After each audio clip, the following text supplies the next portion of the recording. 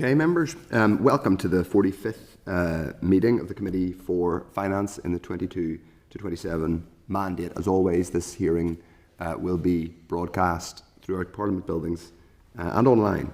Members and those in the public gallery, you're entitled to use your phone, but either put it on airplane mode or silent.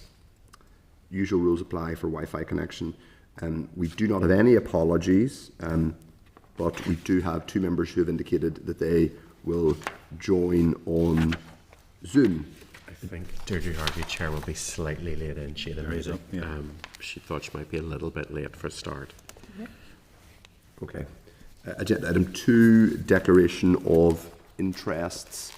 Well, for the purposes of complete clarity, I will declare that about a decade ago I was employed by one of the banks who is meeting us today for about a year. A universal one then? We can make it, yes. Because everybody will be a member of one or the other. Yeah. Okay. Yeah, I think that makes sense rather than going through absolutely every single member. I mean, I should say I wasn't the bank I was employed by. It was HSBC, which is covered by UK Finance, but I don't think they're giving evidence to us directly today. But I thought, for the sake of completeness, I'd put that on the record. Okay. The next agenda item is Chairperson's business. The first bit of Chairperson's business is from me before we move into what's in my notes, is to say that I've obviously returned now after a couple of weeks of absence, or I've returned for the purposes of today's hearing because I thought it was so important. But I wanted to put on record my thanks to the Deputy Chair who stepped in and oversaw the committee, I think, with great success over the last couple of weeks. So I thank the Deputy Chair for that. It's extremely, I'm extremely grateful for it, and I think the committee benefited from that, and also thanks to the clerk and the team more broadly for supporting that. So many thanks from me. Okay, the next agenda item is the urgent WMS from the Minister of Finance. That's at page 6 of the meeting pack. Members, we received notification earlier this week, last week I should say. The days have blended into one for me for obvious reasons over the last few weeks. Urgent notification from the Minister to lay an urgent written statement on the 3rd of April in relation to the final budget for 25-26. The statement was also emailed to members on the same day. So members have had an opportunity to digest and debate that. Unless anybody wishes to raise a specific comment about it, it's well publicised. 3.2 is a press release relating to SAME, which is the agreement on the 25-26 budget. And obviously we'll have an opportunity to debate the budget in full when we return after the Easter recess. Okay. The next agenda item also relates to final budget 25-26, and it's a notification to us that the Minister intended to make an oral statement, which he made 2 days ago. Then we have the ministerial statement itself. These are all for the purposes of completeness, but if anybody wishes to raise anything specific in any of these, they can, but we're just going through them just so members are aware. The ministerial statement on the final budget 25-26 is on page 3 of the tabled pack, and there are a number of additional items which have been discussed. For one thing that's worth noting, and I suppose it's interesting and in an abstract sense welcome, and I look forward to hearing more about it, is that FTC is oversubscribed unusually, rather than being a something where the money is underbid, as it were. There is an oversubscription, so I think that's welcome that it's being used creatively, and hopefully our committee's enthusiasm for hearing more about that has helped over the last number of years. So that's to note, unless anybody wishes to raise anything about it. Agenda item 3.4 is a news item which, there are actually 2 news items that I think we will be useful for today's session. I'll just draw attention to them. First is a 3.4 Belfast Live news item on something that we already knew, but it puts it, it gives it a little bit, gives it more of an update, which is that Northern Ireland is the cash heaviest part of the UK. We already knew that. That's in your packet, page 19. The next 3.5 is an RT news story about the passage in the Dáil of a bill which obliges banks to provide ATMs in certain areas, and obliges the Central Bank of Ireland to address issues affecting those accessing cash. That might be something that we think about in our evidence session today, and indeed the final report that we bring forward. So that's to note, unless anybody wishes to raise or comment on it. The next agenda. Sorry. We just need agreement to include both those articles in evidence for the inquiry, if members are content. Can I just suggest it might be worth us, in terms of the bill, we may want to see if there is any other, if there's a report on the bill, or if there's a committee report or something that would be useful. We check. The Oireachtas Committee has done just to kind of summarise the evidence that they took. Rather than us going away and looking at all the kind of raw primary evidence, there might be a bill. The relevant committee in the Oireachtas has already done the homework for us, and indeed some of the banks who we are questioning today may well have given evidence, so we can ask them about that. 3.6 is the Northern Ireland Assembly Youth Assembly newsletter. That's at page 22 of the meeting pack, to note. Now, agenda item 4 is draft minutes of the meeting held, of the 2 different meetings held on the 1st and 2nd of April 2025. Members, are you content, first of all, that at page 35, the minutes of the 1st of April meeting are a true reflection? There are no April Fools in there, to be absolutely clear, so if everybody is content, yes, okay. And then page 24 of the tabled pack, there is a revised minute for 2nd of April. There's a very small typo in the minutes that are included in the original pack. So if members are content with both of those, I will sign them. Yeah. Okay. Now, great. Agenda item 5 is our first evidence session in our Northern Ireland Banking and Financial Services Landscape oral briefings. It is from the Progressive Building Society and the Building Societies Association. Are members content, first of all, that Hansard are going to record and report on this oral briefing? Yep. Great. Excellent. So members, at page 47 of your meeting pack, you have a clerk's cover note which covers both this, rather than splitting them into 2. I think sensibly it has both this oral briefing and the one to come, which is from the banks. That's page 53. There is a submission from the Building Societies Association at page 58 of the meeting pack, and a submission separately provided helpfully by the Progressive Building Society. So members, I assume, are content that both of those submissions are added to the evidence base for our report in due course. And we welcome to the meeting Michael Boyd, who is Chief Executive of the Progressive Building Society, and Robin Feith, who is Chief Executive of the Building Societies Association. Welcome, Michael and Robin. We are very grateful for your time and for coming here to join us.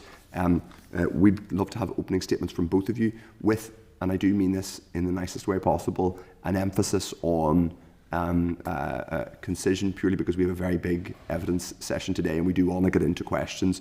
Any points that you aren't able to make in your opening remarks, I'm sure you will be able to fit them into answers, but we would welcome brief questions from you both. We'll start with you, Michael. Thank you very much, Chair.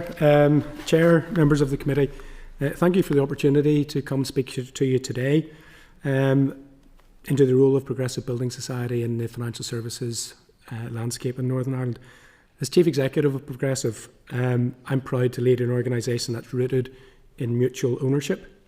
So it's all about our members and not shareholders, and our members at the heart of everything we do. We are locally owned, so it's about local people making local decisions for local people.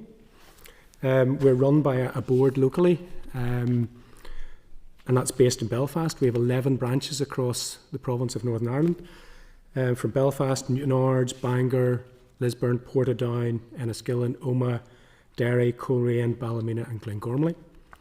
We have 190 staff, 2/3 of which are based in Belfast, in our head office, and also in our Belfast branch, and the other third across the other branches we have across the province.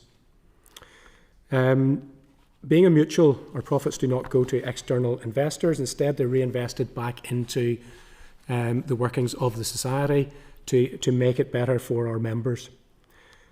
We have calculated a mutual dividend based on last year, 2024, and that comes out at about £6 million. And that is the better mortgage rates and better savings rates that we offer than the average across the UK. So that works out at about £60 per member, whether that's savings or mortgages, and they're better off by that amount. This gives us the freedom to act. The mutual model gives us the freedom to act in the best interests of our members and the communities we serve, and we are very much a community-focused organisation. One of the key ways we impact the regional economy is providing affordable access to savings and mortgages. Our society supports local families and businesses by facilitating home ownership and financial security and financial well-being. Every mortgage we offer and every savings account we manage has a direct impact and a direct benefit to the region. It ensures that money stays locally and fuels further economic benefit. Our presence in the high street remains a cornerstone of our regional economy, and the branch locations that we have means that we support urban and rural communities. We've also calculated our financial impact on the Northern Ireland economy in 2024, and that came to about £90 million. And that includes the salaries we pay, the taxes we pay, the volunteering that we do across the community from our staff, and also payments to local suppliers. In terms of our branches, last year we refurbed the Newtownards branch and we opened that just before Christmas again. That was £500,000 of an investment. We will, when we get through all 11 of our branches, we will have invested in and around £6 million across the Northern Ireland economy. And that's all about local building firms, local architects, local engineers, local electricians, local plumbers, etc. We pride ourselves on our core values of honesty, transparency, the energy and the passion of our staff. We endeavour to build a culture of trust. That's the foundation to long-term relationships, and that is key to the sort of business we do. Our people are highly trained, deeply committed to our values. We offer continuous development opportunities. In fact, that's been borne out through Investors in People and the gold accreditation we have. We offer an inclusive working environment, and again, that comes from all parts of the community. We are committed to supporting the environment, to reduce our own carbon footprint, managing our use of resources, and also ensuring that the products we offer help the environment.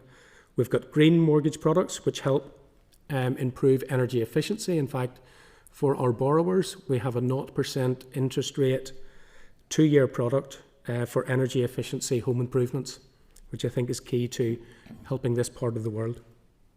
In terms of the local communities, we support local initiatives, charities and community development. In the last year, we have supported 50 small community endeavours which have supported the elderly, vulnerable people and those with disabilities. Some of that from small financial donations, some of it volunteering. The sort of events we cover and the activities are wide-ranging, and they range from phone calls to those who are lonely, to funding chat and craft groups. But those activities are crucial to the communities in which we live and work in. On a society-wide basis, we've had a partnership for the last 6 years with Disability Sport Northern Ireland, where we have supported over 10,000 people have opportunities to do sport irrespective of their disability or ableness. Last year we helped 4 further larger local charities, Autism NI, Shelter NI, NI Hospice and Women's Aid, and we're looking to develop these into 5-year partnerships. Financial inclusion is really important to us and we are committed to that. We believe that everyone should have access to the tools and resources they need to secure their financial future. I think our investment in the branches is testament to that. For those people in an increasingly digital world, not everybody wants to be digital. They want to have access to speak to people directly. And I believe we offer that. And the types of products we offer, regular savings products, which you can start with as little as £20 a month, and 0% deposits for mortgages through our partnership with the Northern Ireland Co-ownership Scheme. In conclusion, Progressive stands as a model of mutual ownership. where the priorities are our members, the regional economy and the environment. We're committed to delivering value for our members, supporting our staff, the communities we serve and promoting financial inclusion. I believe that our continued success demonstrates the power of mutuality, and I look forward to continuing to support our members and communities for many years to come. Thank you, and I look forward to answering any questions you may have. Thanks, Michael. Over to yourself, Robin. Thank you, Chair, and members of the committee, for the opportunity to brief you today on behalf of the Building Societies Association. We welcome your inquiry into the Northern Ireland banking and financial services landscape. I know in his evidence a few weeks back that Mr Fisher from the Irish League of Credit Unions explained that this year, 2025, is the International Year of Cooperatives. We'd support his comments that this is the moment for Northern Ireland to embrace cooperative finance as a cornerstone of a fair and inclusive financial system. So we champion and support all 42 UK building societies, as well as 7 of the larger credit unions across England and Scotland. 3 building societies have a branch presence here in Northern Ireland. So in addition to Progressive, we're talking about Nationwide and Leeds. All the building societies and credit unions are customer-owned financial institutions. They are financial mutuals. And as you will know, the building societies specialise in residential mortgage lending and in retail savings. They are governed under the Building Societies Act 1986. Some societies, like Nationwide, operate across the whole of the UK. Others, like Progressive, have deep roots in their particular communities. But when we look at it in total, building societies have total assets of more than £525 billion. Together with their subsidiaries, they have mortgage books of around £395 billion, which is about 24% of the total UK mortgage market. They hold nearly £400 billion of retail deposits, which is about 19% of all UK retail cash deposits. And it's about 40% of all UK cash ISA deposits. They employ around 52,500 people, and we have around 1,300 branches across the UK, and I'll come back to that in a moment. Building societies started in the UK back in 1775 in a pub in Birmingham. So this is also our 250th anniversary year. And in the last year, you will have seen that 2 of our societies have acquired banks. So Nationwide has acquired Virgin Money, and Coventry Building Society has acquired the Cooperative Bank. So I think for the first time in our history, we have 2 mutually owned banks in the UK. I think let me come back to branches for a moment and just look at that track record. So in 2012, the building societies had a branch share, a share of the high street, if you like, of 14%. That is now over 30%. And I was looking at the numbers for Northern Ireland. So since 2020, the share of the building society share of the high street here has gone from 12.9% to 21.7%. Just on that one, Robin, so the share of the high street, meaning the high street overall or high street financial services? So this is about bank and building society branches. Yeah. Okay. And do you mean? Yeah. But is that that's a percentage of the high street overall, or yes. Financial? Okay. So this is the share. If you take the total branch population, yeah. This is the share of that branch population. Yeah. So the share of the high street, yeah, that is building societies is now 21.7%. Now 21%. Yeah. And it was 12% before. 12%, and that's in part, I assume, driven by the faster closure rate of bank branches. And that was the point I was going to make. So if you look at the 3 building societies, they are the only retail banking institutions outside of credit unions who have not closed any branches since 2020. Sure. And then just to conclude, and really to re-emphasise some of the points that Michael has made, the customer ownership model allows mutuals to focus on the long term, on domestic growth, on supporting their communities. They're not interested. They do not have external shareholders to satisfy, and I think gives them a particularly important dynamic. It also adds fundamentally to the structural resilience of financial services across the UK. So having a mutual sector that is a very large part of the mortgage market and a very large part of the savings market and is embedded in the high street is a real dimension to financial stability, to competition, and to choice. And finally, just to say that we are delighted with the Westminster government's commitment to doubling the cooperative and mutual sector as part of their decade of renewal, and we are keen to engage with this committee as to how we can develop that further in Northern Ireland. Thank you very much. Thank you both very much for that evidence. As always, members indicate, and several of you have already, if you wish to ask a question of Robin and Michael. I suppose my first question, for the purposes of the record and clarifying, would it be fair to say that the main difference between building societies and credit unions are that there's a difference of scale in many cases? Nationwide is obviously a fairly large financial institution, but is the ability to provide mortgages which credit unions can't, is that the main difference, or are there others you want to draw attention to? Obviously both are mutually owned. I think, Chair, I'd probably explain it in a slightly different way. Okay. So, and let us put Nationwide to one side, because they are domestically a systemic organisation. So the largest building societies in the whole of the UK are larger than some of the smallest buildings. The largest credit unions are larger than some of the smallest building societies. The two key differences. One is that credit unions specialise more in unsecured lending than secured. So a small number of credit unions do limited mortgage lending. Okay. But it is very limited, and their primary business is around unsecured lending and tends to be smaller value lending. The second is that they are limited under legislation to a common bond. So they have to define what their population is. That may be employment sectors, it may be geographic areas.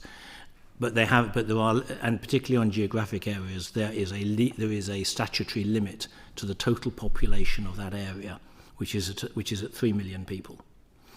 So if you are in Northern Ireland, that may not be such an issue, but if you are in London, that limits you to being only in part of London.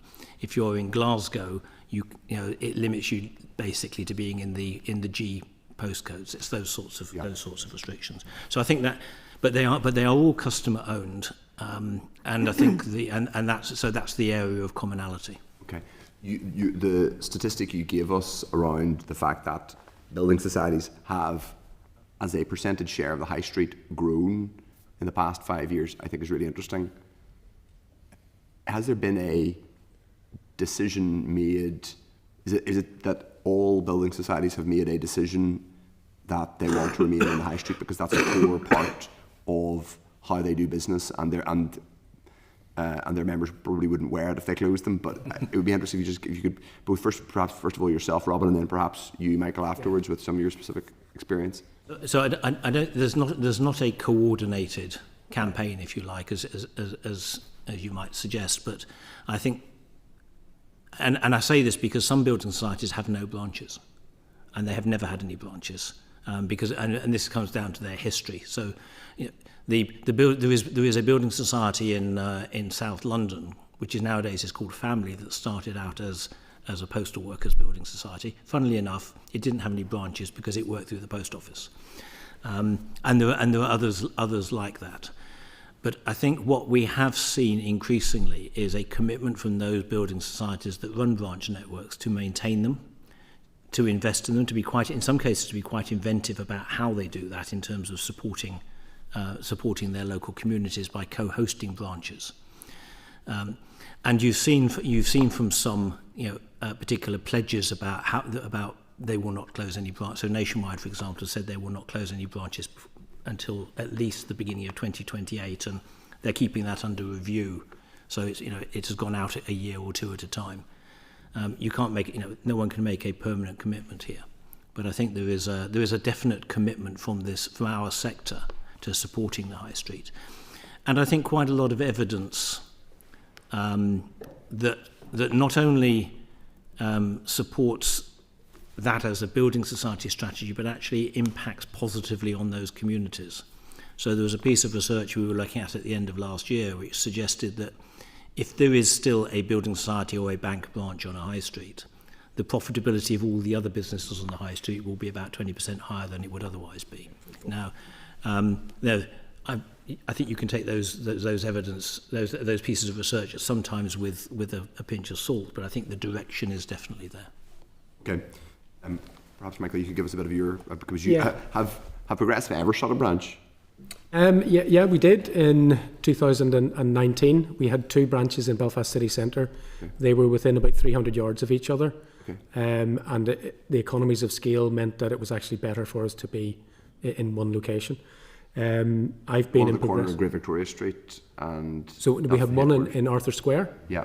And we have one in Wellington Place, which is our head office one. Yes, which is the one that has remained open.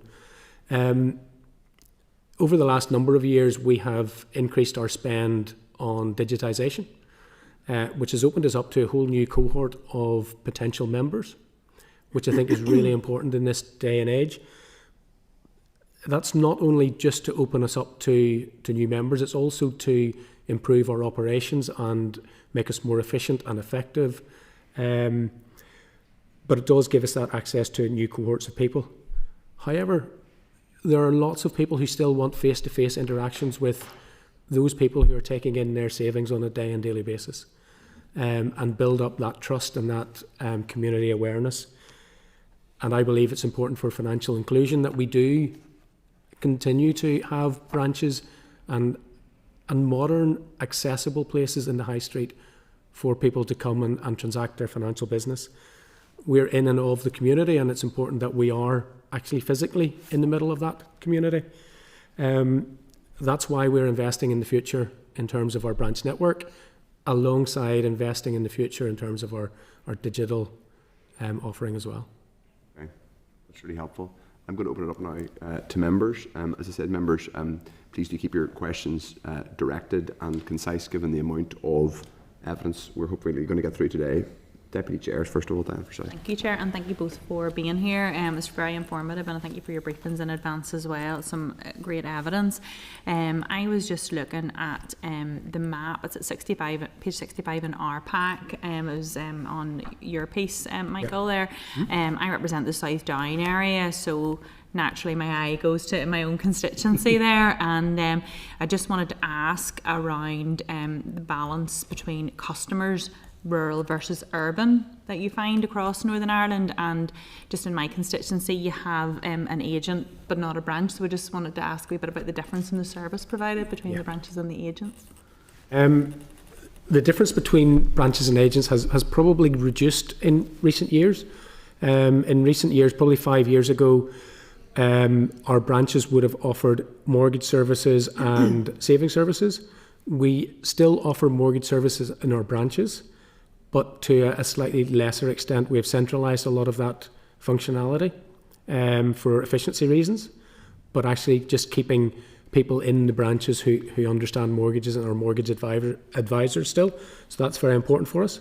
The agents are not our employees. They are other businesses that we have partnered with.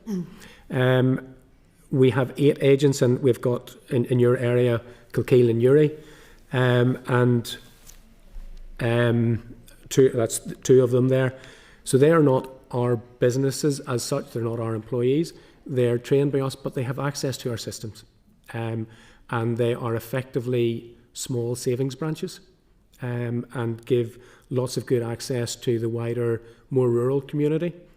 I suppose if you looked at it on a commercial basis, there wouldn't be enough footfall for us to have a fully operational branch in those areas, and the agents network gives us that opportunity. And would you pick up quite a lot of customers across the rural areas in Northern Ireland? Yeah, we absolutely do. Rurality is really important for us. Northern Ireland's a pretty rural sort of community, and the locations that we have help to support financial inclusion in those areas. Great, thank you very much. Okay, thank you. Steve Aiken. Yeah, thanks very much indeed. Thank you, Michael. Thank you, Robin, for coming. So 2 short questions. I noticed in your response, Michael, they said we were questioned about a cooperative mutual bank, and you don't think we need one. Could you explain why? I think we have lots of banking opportunity there in Northern Ireland. There's lots of competition, I believe, in the market. We have the local banks, we have the big GB banks as well, and we also have the mutuals. In terms of location, we've talked about that there now, and we're well spread across the whole of Northern Ireland. We have the banking hubs now as well, which have developed in different areas of Northern Ireland, from Portrush to Newry and South Down. In terms of a mutual bank, I think we offer the opportunities across Northern Ireland without that. I am aware in other parts of the UK that they have tried to do it, and they haven't quite got some of them off the line yet. There would need to be quite an injection of capital, I suspect, to be able to get a new bank up and running. There are other opportunities there's technology out there that would enable the likes of Progressive to have technology in our branches that would enable lodgements and withdrawals from any other bank to be able to be transacted through the technology that we can bring into our branch network. The post office network already is very much in that space. The difficulty for us to bring in the new technology would be that the funding wouldn't be there for it, so we would have to subsidise the work of the banks effectively. But if there was a similar model to the funding of the post office to transact those services, we would be very keen to try and do something like that across our network. Okay, thanks. And the only other one I had was about, can you explain a bit about the partnership with Northern Ireland co-ownership? Because obviously you're one of the things that we're now looking at is looking to be able to sort of build much more social housing, and sort of the communities minister's quite rightly has gone out and he's actually using FTC for what it's supposed to be used for. And we've heard evidence from both the Welsh and the Scots about hence the question about the mutualised banking and sort of the community banking process as well. Can you just outline how that relationship between yourselves and the sort of co-ownership scheme works? Yeah, so look, it's a partnership that we have. We used to do bits and pieces of it. We've really tried to pick up on that. I think a building society, a mutual building society, has a moral responsibility to help people onto the first step of the ladder of home ownership, and that partnership really helps us do that. So in effect, there's a range of different products, but they start at a 50% mortgage and a 50% rental, and it's a subsidised rental on the behalf of Northern Ireland co-ownership. It means that we can have products that are you don't have to put down a deposit at all. And then you've got steps where you can actually buy in the additional equity so that over a period of time you can become a full homeowner through that product. It works really well. We've just been trying to develop more and more products around that so that we can support them, and I believe we did probably about 20 to 25% of the book last year with co-ownership. Thanks very much, Steve. Thanks, Chair. So 25% of your mortgage book? No, 25% of co-ownerships. The co-ownership so it was for last year, yeah. Specifically, okay, that's interesting. Gemma Dolan. Thank you, Chair, and thank you both for coming in. Robin, in your written submission, you were critical of banking hubs and the cost, and you prefer multi-bank kiosks within banking societies, but the closure of bank branches has been predominantly in smaller rural villages and towns where there's no existing building society building. So, in that context, do you think multi-bank kiosks are a good solution here? And do you think there's scope for more building societies in those areas where the banks have closed? Thank you for that question. I think, look, we are not against banking hubs at all. So, and the Westminster government has committed to 350 across the UK. I think the key point, though, is there are an awful lot more communities than 350 that won't have a bank or building society branch in them. So, the banking hubs have a role to play, and I think we will see that evolve. And I think, when you see UK Finance this afternoon, they are far closer to the banking hubs because it's clearly their members that are involved. So I think you can you can explore that with them rather more. But coming back to the point that Michael was making a few moments ago, we have been trialling in 4 building societies a universal paying in machine, paying in and paying out of cash and coins, which we see as a supplement to banking hubs. So where building societies are the last branch on the high street, and there's 142 communities in the UK where that is the case, then we see that as being an opportunity in addition to banking hubs that can help those communities with at least the basics of banking. So I think this is additive, not instead of, and I think it's important to say that. Okay. The long-term future of banking hubs will play out as it does, and that will as much depend on how well they're used, and how they're evolved, and the services they can provide, whether that proves to be useful to communities. Yeah, okay, thank you. And Michael, with just 11 branches, Progressive's obviously limited in the face-to-face contact that they can provide to customers. Are there any plans for additional branches to open across the north? Not at this stage. So we have a 5-year strategic planning period. We don't have any new branches that we're planning to open at this stage. Although I did mention earlier on, we are certainly refurbishing all of our branches over that time frame. We have to be aware of the cost implications of opening new branches, and they are very expensive to do. But we are committed to keeping at least over that time frame our current branches open. And I have a couple of constituency issues, but I'll follow up offline in the interest of time and confidentiality. Thank you. Quick things here. Just on the high street, and I think I'd probably speak for most members, I would say, in this committee when I say we are keen to see high street services protected, and to the extent that building societies and other mutual institutions, including obviously credit unions, are doing that where banks aren't, we welcome that. And obviously we'll be exploring with banks the branch picture in a moment or two. But have you noticed, and this is to you specifically, Michael, but also Robin, it would be helpful to get your view at a broader sense and in a kind of any other UK-wide examples. Have you noticed customers from other banks migrating to you because they basically want to go in and talk to someone, and perhaps they are they've heard of the institution as Progressive, and they know it's been in the high street, it's familiar, and they've always banked with, I won't name one for the purposes of, but they've perhaps a locally one of the traditional Irish banks that's been in the high street and just no longer is, and so they've gone into you. Has that happened? Is that happening? It absolutely is. And from time to time, you'll find that some of the other institutions, whether banks or building societies, may stop passbooks, for example. And that has happened recently, and we've got an influx of people because we still have passbooks, and people like to have their passbook in their hand, they know what they have, etc. And that works well. In terms of full banking facilities, we're a savings institution, so we don't operate current accounts. We've looked at it in the past and we've disregarded it purely because we believe we're probably overbanked in Northern Ireland in terms of the availability of different banking names out there.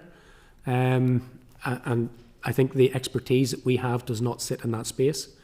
There are some building societies that have done that across the UK, Cumberland, for example, whenever all of the local banks pulled out of that region by and large, and they took up the mantle. There's nothing legally, obviously, preventing you from offering, I mean, it's nationwide as a current account provider. Yeah. There's nothing legally preventing us. You need an economy of scale to be able to do it, and you don't get that on day one. So at the minute, we have no plans to go into the current account market. Okay.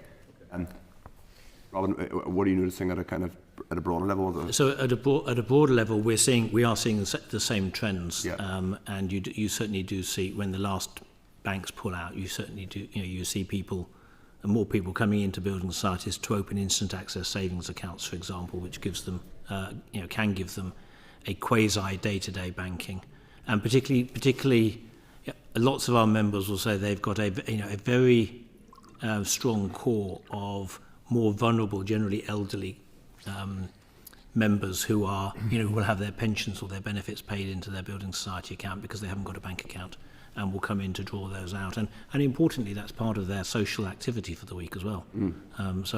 And we saw that, we very much saw that during the pandemic in the way that building society staff were reaching out to those customers that they see regularly.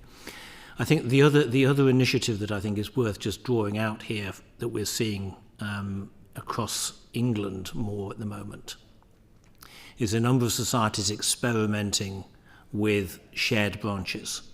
So this isn't shared with another financial institution, but this is perhaps with a library, with a community centre. There's a new one that Suffolk Building Society are just launching at the moment, where they, in Felixstowe, they have joined up with the East of England Cooperative Travel Agency to share the same premises. Two organisations that have very similar ethoses, so they work together well. And some of that's about how do you sustain a branch network whilst minimising the costs that Michael was talking about to make it economically viable, but at the same time continue to support local services that might otherwise be shut as well. One final question, it's been a really useful evidence session. The story about 30 years ago was often to do with demutualisation, and there were several instances, Halifax being an obvious example of a building society which demutualised, i.e. it listed and became a bank effectively, and members in many cases had a little windfall. Is that not going to happen? Is that story over? You're not anticipating any demutualisations? We're certainly not anticipating any demutualisations. As I said in my opening comments, if anything, we are mutualising banks at the moment. Yeah. So the tide is moving a little in the other direction. I think it is just worth remembering that of those demutualisations of the 1990s and early 2000s, not a single one of those organisations remains as an independent organisation. Yes. And in fact, the only major brand on the high street still is Halifax. Yeah. Probably for the you could say for the very good reason that most people still think it's a building society. Which is, if you ask people generally to list 5 building societies, they start with Halifax even today, which is a little frustrating at times for us who are clearly point out that they're not. But no, I think at the moment, we have a very strong sector. Yep. And from the largest of Nationwide down to the smallest building society in Penrith, which is a one branch, yep, head office based building society with 27 staff, all of them. All of those societies are doing very well at the moment. Okay, and then I guess final question is really around the regulatory picture in the BSA submission to us. Though we obviously don't have the power, though we will certainly in our report be open to making any recommendations or any observations that are germane to the broader question. You're effectively calling for, if I'm construing it correctly, the PRA to take the PRA and FCA to take a more proportionate, from your perspective, more proportionate approach to regulating senior managers in building societies, because effectively they are already more constrained in terms of lending activity than banks. Is that a fair way of depicting it? I think it's partly a fair way. So if I could make sort of 3 or 4 points there. So at the prudential side, there is the whole prudential regime, which is based in the UK on the Basel 3.1 implementation. We've been working with the PRA now for about 5 years on the strong and simple regime for the smaller, simpler domestic players, and that's coming to a really good conclusion. We're on the final hurdle, so we're seeing that proportionality, which really does support the smaller, more lower risk, straightforward banking organisations, including building societies. I think the changes to the senior management regime are going to apply to everyone, and that seems appropriate. I mean, it's been road tested. It's had a few years in place, and it's time to review it. I think the other 2 areas that I think are worth just highlighting to the committee. The first is around, when it comes before the Westminster Parliament later this year, the Audit Reform and Governance Act, when that comes forward, and the the review of what public interest entity means for smaller, simpler organisations. And this isn't just building societies, this is small cap companies. So small companies listed on the main market are also public interest entities, and that actually is an incredibly heavy burden of compliance, both from an audit perspective and indeed on the finance teams. And the final point I'd make, we were talking earlier about the importance of the cash ISA market to building societies. I think that there's a lot of discussion about cash ISAs at the moment. And I think it is absolutely worth remembering that there are two sides to the ISA market. So the stocks and shares ISAs are really important for people who want long-term savings. Cash ISAs, not to look at them just at the moment, probably is there. Cash ISAs are really important for people who are saving for their first house, for their rainy day. We hear quite a few elderly people actually making sure they've got a good pot put aside to pay for their funerals even. And of course, if you're doing decumulation of pensions, you're always advised to keep a lot of money in cash. So, but more importantly than that, there's having really stable sources of retail funding is so important to the retail banking sector, including building societies, because that's the basis from which you lend.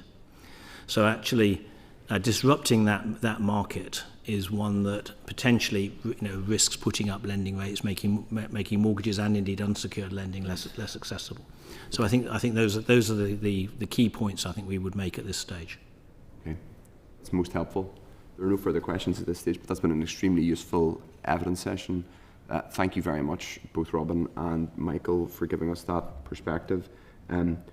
Members, I think we have that we'll find that most useful. We will follow up if there's any additional information we need, but I think we've got a pretty comprehensive sense of where the building societies locally and more broadly are. At that point, we're going to invite you to depart, and thank you very much for your time, and please keep in touch with us on this.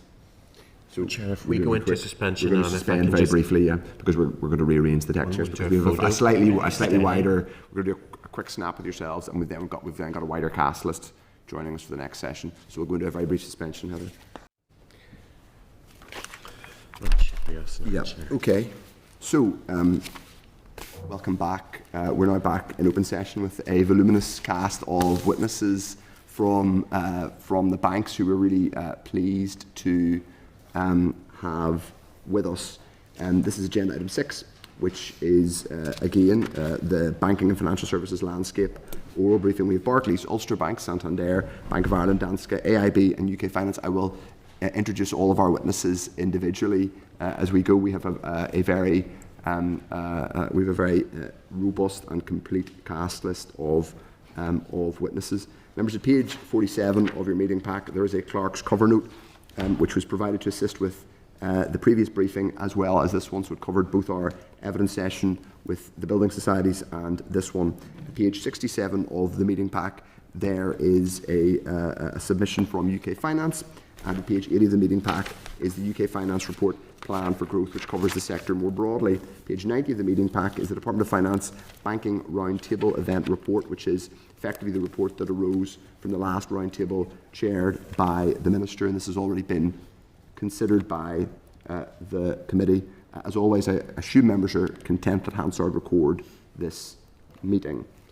So, welcome to the meeting, and obviously we're agreed, I would assume, that all of the evidence session from today is published on the inquiry's evidence base and committee web pages. So, welcome, first of all, to the meeting, and I'm going to have to crane to make sure I'm making eye contact with the correct person as I welcome them. Daniel Wallace, who is in charge of customer care at Barclays. Mark Crimmins, who is there. Hi, Mark, who is Regional Managing Director for Ulster Bank. Brian Mulligan, who's Customer Interactions Manager for, this is like being at Wimbledon in terms of going back and forward. Brian is Customer Interactions Regional Manager with Santander. George Higginson is Managing Director, Bank of Ireland. Richard Caldwell is Executive Director of Danske. Brian Gillen, Head of NI Retail at AIB. Eric Lenders, who is Managing Director in charge of Retail Finance at UK Finance. And Paul Leonard, who is Non-Executive Director representing Northern Ireland on the Northern Ireland Committee for UK Finance. First of all, I would say thank you all for coming to participate in this evidence session. It's most helpful. I don't think this is, I'm not sure there's a precedent for this. We've undertaken this inquiry in order to establish some facts and some information in terms of how financial services is operating in Northern Ireland. We had a general sense that there's a lacuna in terms of the public discourse and policy landscape around financial services in Northern Ireland. We are obviously a part of the broader UK financial services market, but we have a distinct set of circumstances here in Northern Ireland, both because of features like our increased rurality and also the high share of the market of a traditional cohort of local or all-island banks, but also we're in a slightly anomalous position vis-a-vis the broader UK banking market. But there are, of course, there's a broader picture to understand. So for that reason, we wanted to do some understanding and some public scrutiny, but also hopefully produce some observations which will be useful in terms of going forward in relation to policy. We really do welcome all of your participation here, and thank you to our team on the committee who have got you all here today and indeed accommodated you in a literal sense. I'm going to ask members to be as concise as possible in your questions, so hopefully we can get round as many people as possible. I appreciate all of you. Your time is valuable, particularly whenever there's a global economic turmoil happening. People in your positions have lots of other things to be doing, so I appreciate your time. I'm going to invite Eric to make some opening remarks rather than ask everybody to make opening remarks. That's not a slight on anybody else or an indication that we don't wish to hear from you. I think we'll unpack a lot of our other the information that we want to achieve via questions. Members, as always, indicate via myself or the clerk should you wish to ask a question. Eric, would you make some opening remarks for us, please? Thank you, Chair, and I'd like to say that on behalf of our Northern Ireland Committee, we very much welcome the opportunity to add some colour and insight on the doubtless the questions and perspectives that you will bring to the conversation this afternoon. One point that you did raise that I would very much encourage is alignment with the rest of the UK on the growth and inclusion agenda. As you'd imagine, in doing my preparation for this session, I've listened to various of the other evidence sessions, and it's very clear that on reading that previous evidence, there is a significant degree of commonality, whereas I would expect that we'll see in the context of this conversation, the issue is more around priority than necessarily the substance of the issues themselves. Yes. I think the other point that I would be I'd be quite keen to establish is that the wider benefits of aligning with the UK are that it makes distribution of products and services commercially much more efficient for providers because of scale, but equally it encourages competition in the marketplace because, of course, there is a common way of distributing product and service, and that competition, which my colleague Paul will perhaps go on to expand on in a moment, has, for example, opened the personal current account market, the mortgage market, and others. So I think it shows significant benefit for the the community in Northern Ireland. Second point I would make on the Northern Ireland economy itself is that there are some cornerstones that are actually very supportive of a banking environment. So the employment rate in Northern Ireland relative to the UK is a significant driver, obviously, of financial difficulty. Frame that perhaps a slightly different way. A low employment rate is very beneficial for communities. A higher unemployment rate can create financial difficulty as the income shock consequence flows through. What we see in terms of the headline numbers across both commercial finance and retail finance is perhaps greater acceptance of loan applications in Northern Ireland. We certainly see similar patterns in retail banking across savings, where savings are increasing both in Northern Ireland and the UK generally, and consumer credit is reducing, so personal loans both in Northern Ireland and in the UK are reducing somewhat. There are, to the point that you mentioned earlier, Chair, some very live uncertainties just now, and I think that my colleagues around the table will all be thinking about the consequence of tariff activity, specifically perhaps the ripple effects more than the tariffs themselves, not least because the tariffs currently are on goods, not banking services.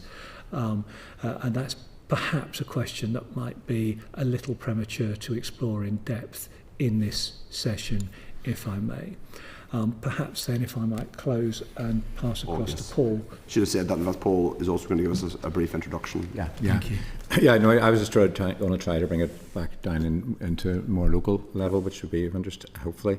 The submission, which hopefully people have had the chance to read and absorb, I just like to call out a few key points. One of the key points is that the market in Northern Ireland has changed dramatically over the last 10 to 15 years in terms of in three particular areas: how customers pay for goods and services, the number of different banks operating, and the choice that consumers have. And in fact, to pick up on the point about the big four banks now only just over 50% of the current account market share. So that's quite a shift from certainly when I started my banking career. And lastly, the channels they choose to use to bank. Like any business, to remain competitive and fit for the future, the banks need to adjust their business models to reflect consumer behaviour changes. And demand from consumers for online services has transformed how we shop, how we book flights, book hotels, and even buy our groceries and clothes. And banking is no different. And all the banks have had to react, to invest, to satisfy this demand if they want to stay relevant to their customers. The financial services sector in Northern Ireland is a critical stakeholder in the economy, employing over 20,000 people and supporting businesses and consumers. There are 115 branches, multiple contact centres, 1,800 ATMs, and around 480 post offices where people can do their banking. And also, I'm sure we'll talk about the hub 6, and if we include Larne, which is coming, 7 hubs. Our submission covers how, per head of population, Northern Ireland is comparatively well served when it comes to physical banking options. Banks support SMEs with over 7 billion of gross lending. They lend 23 billion to homeowners, and they keep safe deposits of about 24 billion. But vitally, they support the payment and cash infrastructure, which is the lifeblood of our economy and our society. Our submission outlines how the structure of both the personal and business banking markets has changed over the last 10 to 15 years, and particularly retail customers have a much wider choice of providers, and the market is more dynamic and competitive than at any time it has in the past.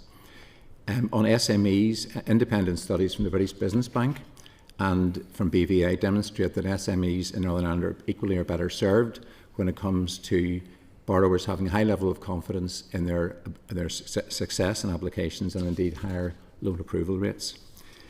A number of areas have featured in the inquiry, and again, like Eric, I've listened to the sessions.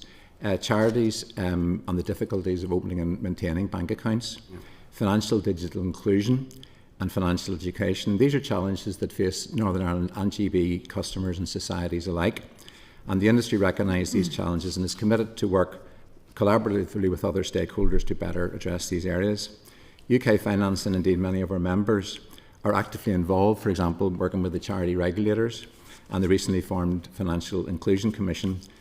But we need to look at digital exclusion in its widest sense and the vital role that we as stakeholders, all stakeholders including the banking industry, has to come to help this digital transition and to allow people who aren't online at all to get to that point. So to close, the submission tries to illustrate how the banking landscape has changed over the last decade. It's described how the industry has changed to adapt to changed consumer behaviour. It shows the key role of the sector in supporting the economy and our community. And it demonstrates with empirical data and independent surveys that as a market, Northern Ireland is well served market for banking. Thank you for inviting us today and to share our perspectives, and we hope that we can answer your questions as best we can. Thank you. Thank you, Paul, and thank you, Eric, for those opening statements. As always, members, if you haven't already, please do indicate if you wish to ask questions. I suppose my first question is probably directed, and I'll go to Mark first, because you're in my eye line, and then others who are represent the traditional Big Four, because it's a genuinely interesting question. From your perspective, are the statistics we have, and it's in the UK finance submission, are that the traditionally, I suppose, dominant banking providers in Northern Ireland were the Big Four: Ulster, Danske, previously Northern, AIB, and Bank of Ireland. But it's clear that their share, certainly of the current account market, is shrinking. Is that something that the Big Four are, as it were, relaxed about, or something that you're neutral about? I'll start with you, Mark, and then I'll go to you, Richard, purely because you two are in my eye line, and obviously please do keep your answers relatively concise. So thank you for your question, Chair. The submission, the numbers quoted in the UKF submission resonate with us, because we experience the same within our own business. Yeah. Some of them are also a mirror image. I think your question was, does it trouble us? Any loss of market share is going to be troubling to the Big Four. We've got a challenge in terms of the traditional banker set within Northern Ireland. We are trying to provide an all-encompassing sales and service model to corporates, SMEs and consumers in Northern Ireland that requires a combination of fixed physical infrastructure plus competing with some of the new entrants on the best of digital. Right, so that is a challenge in itself. So we have seen some of the so-called challenger banks accumulate some market share in both personal and SME space. Yeah. So we have to deploy investments into to defend against that, and we also have to maintain and protect our physical infrastructure. So it is a challenge. We remain committed to a blended service proposition, but that is difficult to maintain our position. Okay, so that's interesting. You find in a sense that there is a degree of squeeze going on. You have providers, for example, it could be Monzo, I'm just picking them out of the air, because it could be at the other end, and then you also have credit unions, and we've just heard from building societies, who are perhaps they have different types of, they don't have commercial pressures, they're mutually owned. That's the kind of squeeze you're talking about. Yeah, squeeze, it's the challenge, right? So we've certainly from an Ulster stroke NatWest in Northern Ireland perspective, we are committed to that blended service model. But what we see from challenges, they're excellent in particular areas, so they tend to take a bit of market share in particular areas, and we have to compete against that. Okay, yourself, Richard, I'm going to ask you the same question. Yes, Chair. We're absolutely not relaxed, would be the best way to put it. It's something that we think about every day, and we take action to try and maintain our own market share. So I suppose from a consumer point of view, from a customer point of view, the market is more competitive than it's ever been. And you can see the difference in personal banking in particular, where the Monzos, the Starlings, those challenger banks with digital only, no physical footprint, they have come into the market, and I think they've got to 7-8% market share now. So they are definitely growing, and we have to compete, and we have to offer the type of services that customers of today are looking for. And we can see there's an insatiable appetite for online banking and online everything. So we have to provide those services in order to stay competitive and relevant. So it's something that we are absolutely not relaxed about. In the business market, it's maybe slightly different, just maybe not the same level of competition. We've got more market share here within the Big Four, but in the personal side, it's super competitive. Yeah. Okay, I'm going to go to George and Brian, who are over here, and ask them the same question, which is about the Big Four being squeezed. Yourself first, Brian, then you, George. Yeah, just to build on what people said, so we also operate a full service model across multi-distribution channels. So it includes your branch, includes your business centres, business banking, mortgages, and the personal side. I would agree with Richard in terms of there are slight differences then if you look to your personal market and to your mortgage market. They're very well reflected, and then the business market would tend to be a smaller but still very competitive number of players. Okay. And yourself, George? Yeah, and just a similar sort of story from us. We're a full service bank, very different story on business banking than personal. If I focus on the personal bit, which is where the issue is more so, one of the biggest challenges I think that Mark said or Richard said was that some of our competitors pick and choose where they play, and they're not there to support customers all the time. So we then get the same customers coming to us for their more complex needs, which are very difficult and costly to provide. So, you know, one of my fears, and the question really is we should all not be relaxed about this, because my fear is that it becomes unsustainable to run a full service bank. And, you know, an example of that is that between us, we fund access to cash, we fund open banking, CMA, etc., as the main pillar banks, and some of these other banks don't contribute to that, and certainly our parent would have issues with that. But we're here to stay. We need to invest heavily to compete with them, but it's something that we all have to worry about. Is there a concern, and I'll just follow up with you first, George, and anybody else can come in should they wish. Is there a concern that by closing a branch network, you're and that is happening, but that's not, I mean, that's obviously incontrovertible, that by shutting down branches, you're effectively losing one of the USPs that you have over the challengers, because it is the connection with the community, the fact that people can see the Bank of Ireland or the Ulster Bank on their local street and know that their dad and mum and grandparents bank there, that has that connection. And once that's gone, you're kind of inviting them to just say, well, I might as well just open an account with Monzo, and that's not to criticise Monzo, that's just to give an example. Isn't that a concern that by closing the branch network, you're almost accelerating that process? Yeah, it is, and I can understand why, you know, you might sit here and say, oh, we just want to close all our branches. The actual truth is what you just said. We don't want to close our branches. You know, we see our branches as being a USP. It's where we help deal with our vulnerable customers and our more complex needs. But we also have to recognise the fact that for a lot of customers, they want to do their basic transactions online and digitally, and we have to get better to compete with that. So I think, sure, it's about balance between the two, and we have to find the right mix. But what I do think is the biggest concern from our shareholders, and some of my colleagues might have the same experience, is the cost to actually be in Northern Ireland for us is materially different to some of our competitors, because they don't actually contribute to the same things that we are forced to contribute to, and that's a big issue. I'm going to offer that one to Mark or Richard or Brian. You're not compelled, but should you wish to ask more, and then Eric can come in. I'll come in on that, Chair.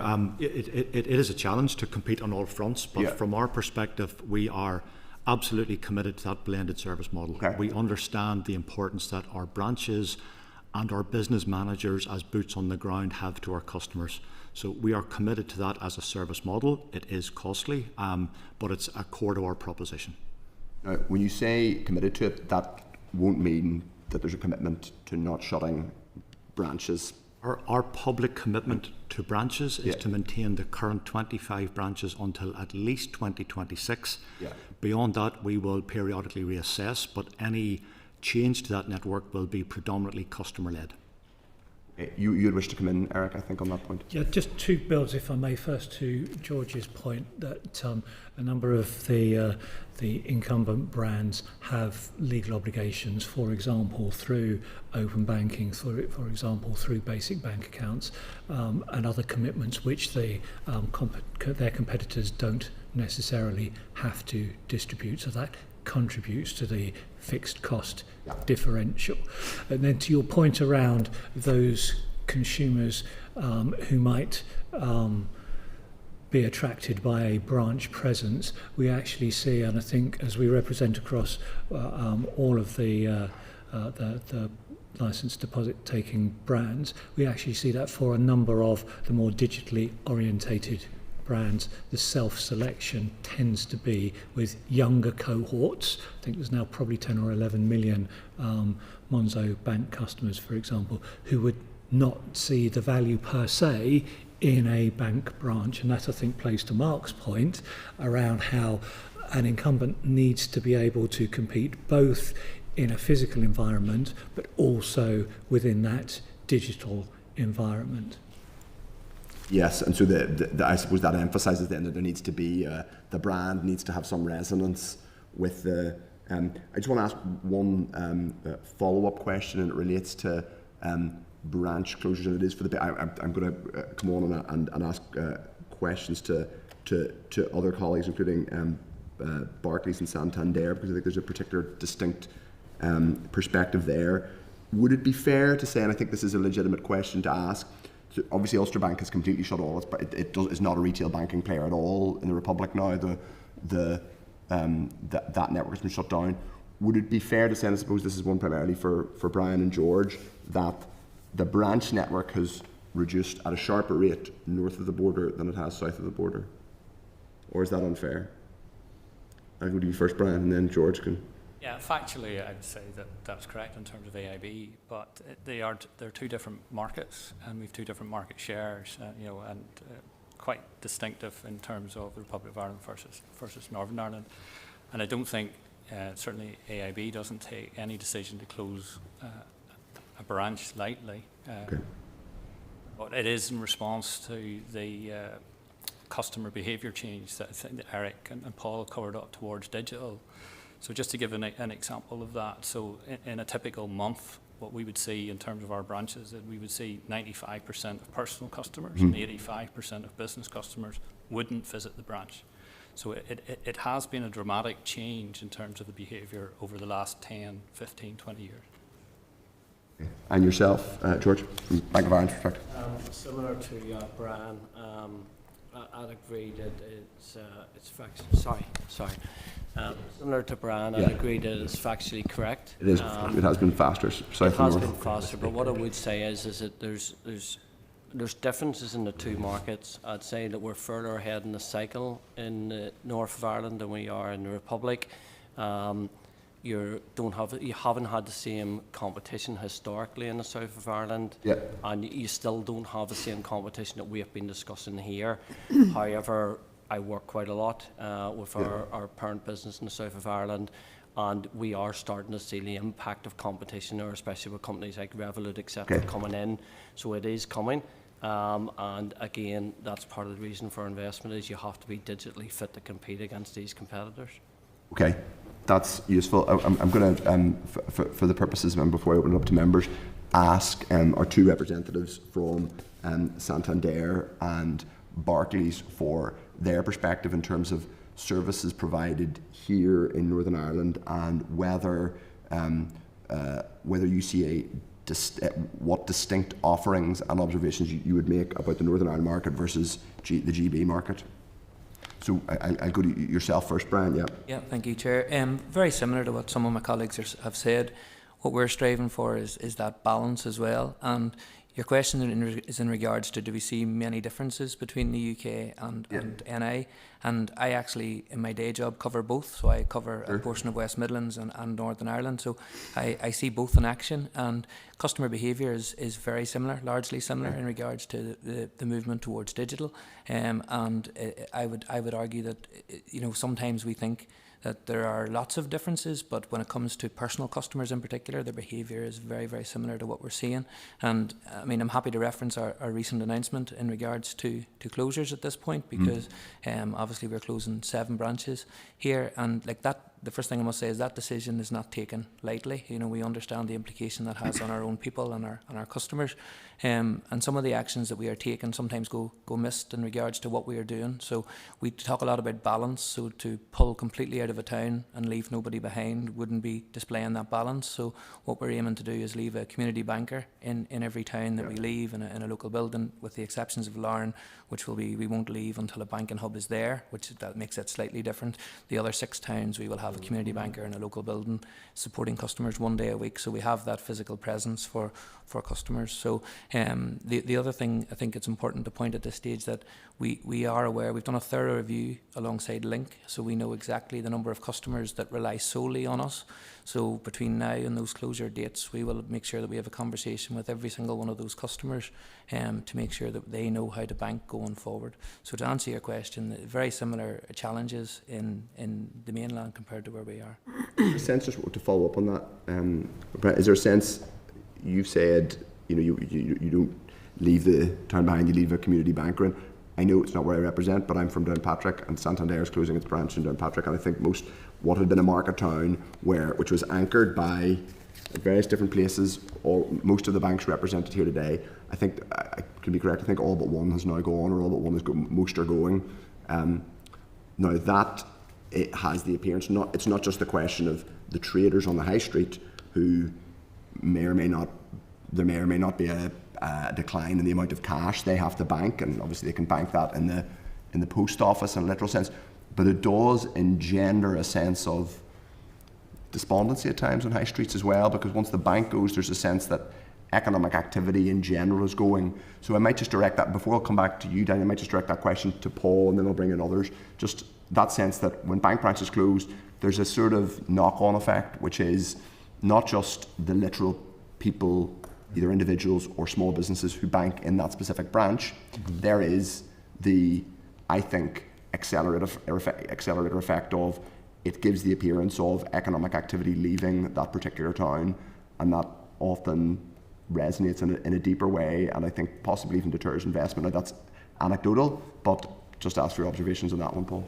Yeah, I mean, you're absolutely right, and there's no question, that the banks are sometimes like the most important building in the town. Yeah.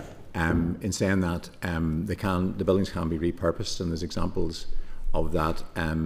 Whether it's in the hospitality or residential or whatever. But at the same time, it's not reasonable for the banks to continue if that particular branch is loss making or is not viable. They have to adapt to create the capacity to do the investment that they need, that we've heard about. So it's a very unfortunate thing, but it is a much broader issue here in terms of high streets generally and town centres generally. Yeah. It's not just, as retail moves to out of town business parks and the multiples take market share from the small retailers. It's not just about the banks. Is a much broader issue, and how do we revitalise our high streets that isn't within my remit to cover. Indeed, and the High Street Task Force would be good if it was still in existence. But I think there is a point about towns that are perhaps not where they were economically, and if there's a trajectory downward, that tends to be where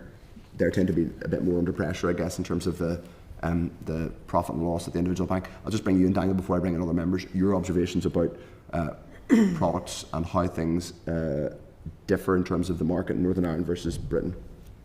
Thank you, Chair. I'd be echoing the same comments that you've just heard from others, that we see similarities across the UK, including Northern Ireland. From our perspective, if you're asking for opinion on products and services, then the operation that we have in Northern Ireland, very similar to the comments that you've heard before in terms of that multi-channel, means that we provide exactly the same that we do in Northern Ireland to the rest of the UK. So there's no difference that we see in terms of the outlook that we provide. Okay, I'm going to bring in members now.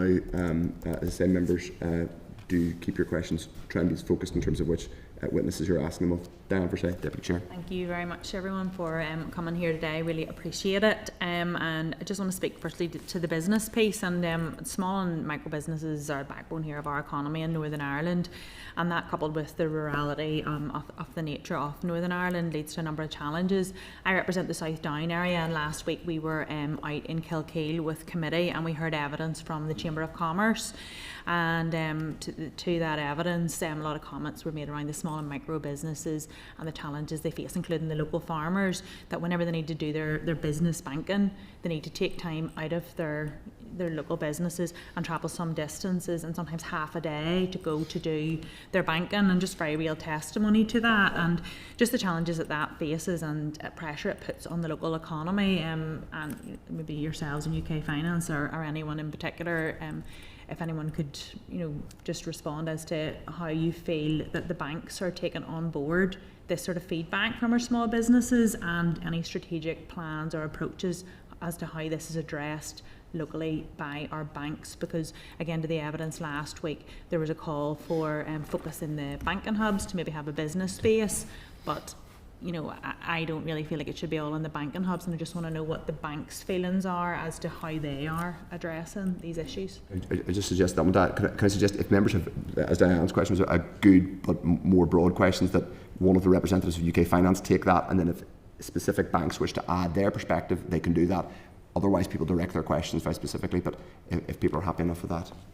So, Chair, as the architect of the initiative that has gone on to become Cash Access UK and the distribution of banks, we were very thoughtful to your earlier point about those communities that might be left underserved. And the suite of services is not just about banking hubs, it's also about whether there's equivalent provision within post offices of an ATM, and increasing technology or improving technology will allow for multi-function devices, allow for money in and out, which might be more appropriate in certain circumstances, and certainly would lend themselves to perhaps cash carry centres in certain environments, which makes that banking operation much more convenient. 2 or 3 points just on some of the criteria for the allocation of a banking hub, particularly relative, I think, to the question about the extent to which communities feel in some way that loss. Certainly 2 or 3 key issues. First, we look very carefully at vulnerability. So how many vulnerable consumers, and you've heard from colleagues that actually at an individual level brands would also consider that as well. Second, distance, that's now a regulatory requirement, 1 to 3 miles, 1 mile in an urban location, 3 in a rural. That very much mirrors the requirements for post offices. And third is geography. So by that what I mean is if there is perhaps a steep hill, or if there is another physical constraint in being able to access a particular location, we would take that into consideration as well. I guess the point that Paul makes is, however, valid, that there comes a point where it is just no longer commercially viable to sustain the physical premises, and that's where, for example, a hub or an enhanced post office or another solution might be more appropriate. Just one closing point and then I'll pass, and that is that all the closure activity that any brand undertakes is subject to forensic scrutiny by the Financial Conduct Authority. It is not a unilateral decision based on a more informal concordat, which was perhaps the case 5-10 years ago, pre-pandemic. There's now a regulatory requirement on brands, nominated brands, when they close hubs, to undertake a series of steps, which to an extent would also pick up the point that you raised. To go back to kind of my question, I just wanted to know, and thank you for your response, but that's sort of more in the broad terms. I'm asking specifically about the banking landscape here in Northern Ireland for our businesses, rather than just the personal accounts here. So it's the small micro businesses, our farmers who are feeling that they're not being served as well as they could be. And I just wonder, is there a separate strategy for personal banking as to business banking? Because ultimately, as we're sitting here and we've got challenges right across the economy in Northern Ireland, and here as MLAs we're trying to do the best we can to help support and grow our economy. I just wanted to know, is there a separate strategy to address the business banking and the feedback and frustration that's coming out of our local chambers of commerce? So it's a single regulatory requirement to the 3 kilometre rule. However, the long stop would be that any community can request an appraisal by link for a hub or an alternative service in an area if they felt that the community was underserved. And we've done that deliberately to perhaps address the point that you make, where the empiricals might not substantiate a need that the community feels strongly about. Okay, so I suppose it's maybe just then up to every bank individually as to their decision as to how they deal with their business customers, whether they engage with the banking hub or take on separate things. And I appreciate, competition between banks here, and I don't really know who to address my question to, but it's a very, very real concern that I'm getting week in, week out in my constituency office, and we got evidence from my own local Chamber of Commerce last week saying this. So I want to make sure that it's very clear when we have all the leading banks here, that there is a real desire from our small businesses, especially in rural communities, that they want to have direct access to the business banking. I think it would be helpful to understand there's the post office offering and there's the hub, and there's services that can be done there. And maybe, I know there's an element here around education and about awareness of hubs and hub services, but what would be very useful to understand is what can they not do? What I listened to the audio last night, and why do they have to go to Newry to do something? Why could they not do it locally, or could they not find another channel? It doesn't seem the best use of anybody's time to spend 3 hours driving from Kilkeel over to Newry. So what is it they can't do, and maybe have a discussion around that to see is there another way of doing that. But I do think awareness and promotion of what's done in those would help, and would make people aware you can do it. And just a final comment, just a common feedback theme coming from right across, Southdown's a big area, I have a number of chambers of commerce, and it is that point of continuity of the representatives that the businesses get, that really enjoyed in previous years having their relationship business bankers. They're walking in, they know their business, they're having a bit of pressure, and whenever they're going further afield or someone's in the hub, it's not always the continuity of service. So just to raise that point. Is it the Captain Mannering bank manager that you're talking about? Yeah, I mean, I think that's definitely an issue. But the reality is, with all industries, people chop and change and move around. But I think there is a consciousness, and I know that, speaking to some of our members earlier, some of the hubs are staffed by local people who've been there and maybe do know the community a bit better. But it's genuinely an issue, I accept. Maybe if I could pick it up from a Danske Bank point of view, Chair, if that's please do. Fine. We are very conscious of supporting everyone in the community. Convenience now for most people is their phone, and they can do things online, of course, but that's not for everybody, and we know that. And that's why we have 24 branches. We provide our service through 24 branches, through our local contact centre, through the 480 odd post offices, and I think that's really important. In rural areas, despite some closures, there's still a lot of post offices and businesses. Maybe it's an education process that's needed here. Businesses can lodge, they can withdraw, they can get coin out of the post office, and that provides a great service, a great cash service, as well as obviously the banking hubs as well. But from our point of view on the business side, we have a large business team that are based in 3 different business centres with small business advisors. We have corporate team, we have a business centre team, and we have a dedicated team in our call centre. So we have a big share of the business market, and we're very proud of that, and we're absolutely determined to maintain it. So I can assure you that we will do what we need to support those business customers. Happy enough. Okay, thank you. And there's anybody else wishes to come in on that one? Jerry Carroll is next. Jerry. Might be a slight delay, and just as I said, there we go. Yeah, just thanks, Chair. Broad questions direct to UK Finance, and then any other members who wish to come in. But if you wish to direct, you can direct your questions at anybody. Jerry. Yeah, thanks, Chair. I have 3 quick questions. I hope we can get to ask them all. The first one is about profitability, because obviously most banks have made large and increased profits over the last year or so. When I asked the views of the people in front of us today, that can be justified, especially given the context of so many bank closures across communities. Well, I think we'll go to UK Finance first, and then if any specific bankers wish to come in. So the first broad observation, and full disclosure, I'm the Vice Chair of a building society, so we consider profit as much as perhaps a publicly owned organisation might. I think it's really important to consider profit through an economic cycle. And certainly I think some of the key drivers for profitability that we've seen in the industry over the past 2 or 3 years have been the widening of interest margins as a consequence of the rate rise environment. Prior, we had 10 years of near zero money where those margins simply weren't available. And you can see that very clearly reflected in share price.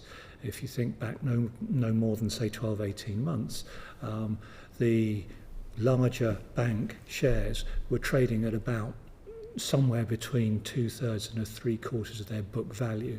In other words, you could buy a bank theoretically at about 1/3 to 25% discount of what its breakup value might be. That has now changed, and we're reaching parity. But I think that's quite a good illustration of how profitability does need to be considered through the cycle.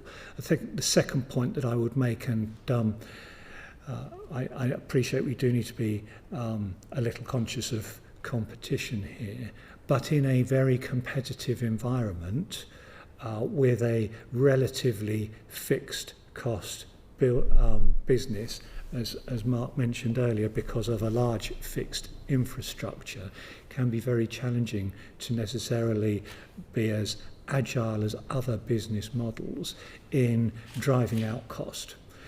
So as that profitability ebbs and flows, the fixed costs in those business will not move as quickly, and therefore it is important to take that longer view on profitability. I think it's probably perhaps helpful if others wanted to speak specifically to their own finances. Does anybody else wish to defend their profits? Bank yeah, profits? Go on, crack on. I think it's a fair question for anybody else who wishes to come in. I think there is a question people will raise, and it's not to be, which is that we have had record bank profits. I'll bring you back in a second, Jerry. We've had record bank profits over the last couple of years, and bank branch closures haven't particularly decelerated. In fact, they've possibly accelerated. I think that's a question for the sector, and it's people's perception of it. Chair, if I could come in just to pick up on one of Eric's point, you can't look at the level of profit in isolation. You need to consider the level of capital investment that is deployed to generate that profit. To give you the NatWest position on that, last year the return on capital was 17.5%. The year before was something similar. The year before it was 12.3%. That was nothing spectacular. And to Eric's point, banks were actually trading at a discount to the investment that was put into the banks. Right? So in terms of, is that a reasonable return for the level of risk being taken? I think it is. A couple other points that I would add.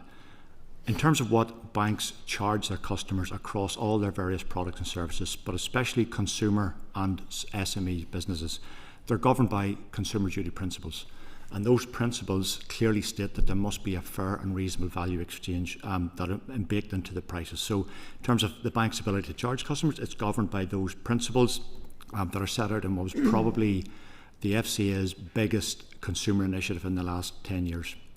The final point I would make, because you referenced the cost savings from branch closures, the composition of the cost base is changing. So as branch closures happen and costs reduce from there, there's investment then built into building digital capability, investing in that, investing in financial crime mitigation, investing in cybersecurity and risk mitigation. So the cost doesn't permanently and forever reduce, it changes, and the composition of that cost base changes with it. All right, back to you. Yeah, thanks. I appreciate that. I mean, obviously, the point still stand. Record profits have been made, but bank closures are still occurring, and the cost of that profitability isn't being passed on to customers. Just the other question, I think, is yourself, Mark. A separate question is in regards to investment. Generally speaking, we had a report from Advice NI a few months ago that said Ulster Bank has £7 billion in deposits, and around half of that was loaned out in the north, as I understood it, and about half of that is invested outside the north, so somewhere in the region of 3.4 billion. Whilst you can't account for every penny and pound, do you have any idea where that 3.4 billion or the bulk of it is going? It's a matter of public record that since May 2021, Ulster Bank as a legal standalone legal entity no longer exists. Its business and assets and liabilities were transferred onto the balance sheet of NatWest. So the consequence of that is when we look at the deposits that our customers make with us and what we lend out, those funds actually commingle with the other regions of the UK. So we don't ring fence those and decide X amount of that goes into Northern Ireland, Y amount goes somewhere else. The point I would emphasise is that there is no impediment to us lending money to our businesses in Northern Ireland. Typically what happens, and it's typical for a high street bank funding structure, you are long on deposits over lending. So you typically tend to have more deposits than you have in lending. Those deposits. I appreciate that, but it wasn't with respect. My question was more about where the money is going outside the north. So you might have answered that in your earlier part. So to be clear, the money isn't captured in the north. The money is raised, but it sits on the UK balance sheet of NatWest. Okay, well, I appreciate that. That may be more for getting the information from that waste, but appreciate that. And just final question, Chair.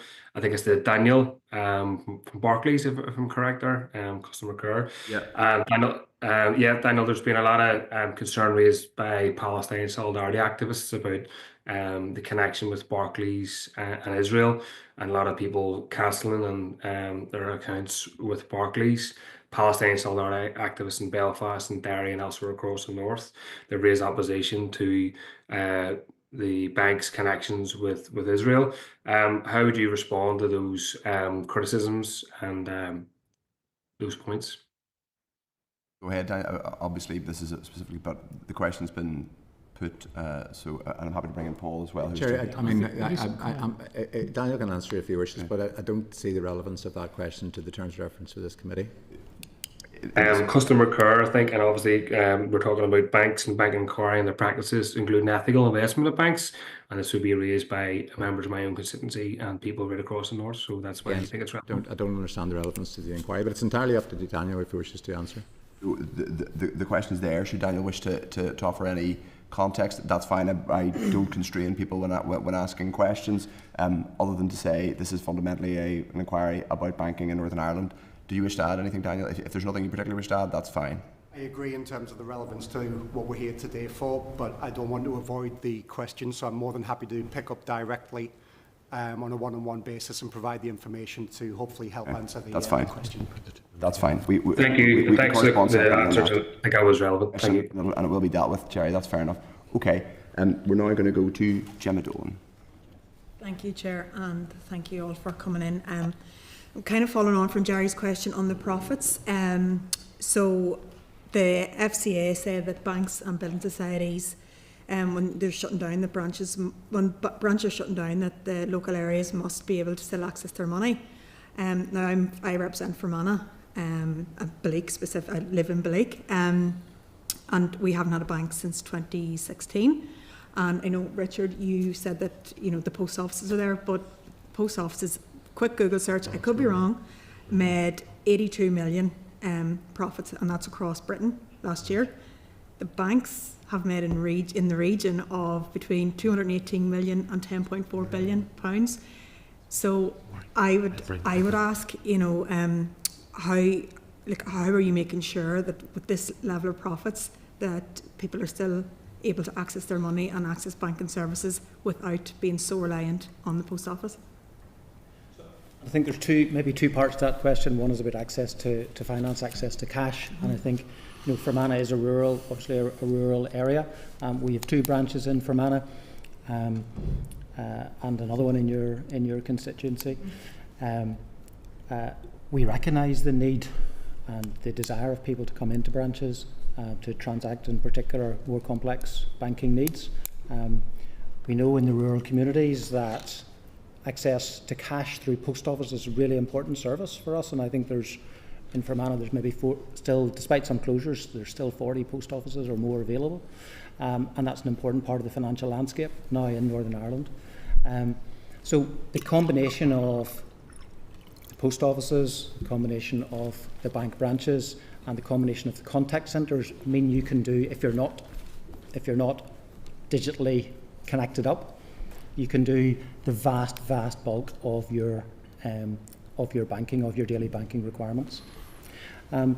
So on the profit question, banking is, it's been said before, banking is cyclical. I think that customers value a strong bank. It's somewhere that protects their money. Banking is dependent on 3 different things. The first of all is the health of the economy that you operate in, and we're all interested in the health of this economy here, and I know the good work that you're doing to support that. Also, the next thing is the activity of the bank and the brand and the activities of the bank in terms of attractive products and services. And then thirdly, there's the Bank of England base rate. So if I take each of those for, say, 2024, last year, actually the Northern Ireland economy performed relatively well, which was a good foundation. What will happen this year, we'll have to wait and see. Our bank in particular performed really strongly. Our activities were really strong. We grew our lending by 4%, which was more than the market. We approved 1.5 billion of new lending into Northern Ireland for businesses and personal customers with mortgages. We grew our deposits by 7%, which again is more than the market. So our products and services are relating well to our customers in Northern Ireland. So our activities were strong, and then of course the third element is the base rate, and the Bank of England base rate. Last year was one of the highest it had been for 20 years. So those collective things together come to form our profits. We know now, we'll see what happens with the economy given the current turmoil. Yeah. We, of course, will try very hard on our own activities and try and remain an attractive bank for people to bank with. And then base rates, as you're now aware, are starting to decline. That is fair enough, but it just doesn't sit with people who've travelled 50 miles round trip to access a bank branch. You know. Yes, and I agree. If you live in Balleek or Kilcoo or wherever, it's a distance to one of our branches in Irvinstown or in Dungannon or indeed in Enniskillen. Appreciate that. Did you wish to add something there? Yeah, I'm not sure if this was perhaps part of your question, but just for completeness, I thought I would add in that the provision of banking services over post office counters is a commercial arrangement that is funded entirely by 30 banks across personal banking and about 14 or 15 across commercial banking. So it's actually fully funded by the banking sector. It's the use of effectively the rent of the use of the post office counters. Forgive me, I wasn't sure if that was part of what you were interested in seeking to understand. No, that is helpful. But the only thing then obviously is that there's some towns and villages have been left even without ATMs. But I'll get on to my next point before Matthew pulls me in. So last week we went to the banking hub in Kilkeel, and obviously there's soon to be 7 banking hubs across the north, and mostly kind of all around the eastern corridor, nothing west of the Ban. And last week I raised the issue of Lisnaskea, which is obviously in Fermanagh, and the last bank closed in Lisnaskea in 2024. My colleague Anya Murphy was working with the local community to get a banking hub, and they put in their application and they were refused. Now, bearing in mind, Lisnaskea is the second biggest town in Fermanagh, and they were refused on the grounds that the last bank had already closed, and therefore the criteria was that the last bank had to still be there, had to still be open, but because the last bank had left, they weren't allowed a banking hub. Now, they don't even, as far as I'm aware, they might have an ATM inside one of the shops, but they don't have an ATM on the street. And let me reiterate, Lisnaskea is the second largest town in Fermanagh, and they're left without access to cash. So I don't know, is that for Eric to answer, or he wants to take that up, but I just think it's a serious issue. So as a community request, I'm not sure that an element of the criteria is that there had previously been a branch that has shut. So it would be helpful if I could pick that point up offline with Link, who undertake the assessment, so that I can give you a full answer. I'm afraid I just don't have the granularity of each application. It's a slightly absurd situation. Absolutely.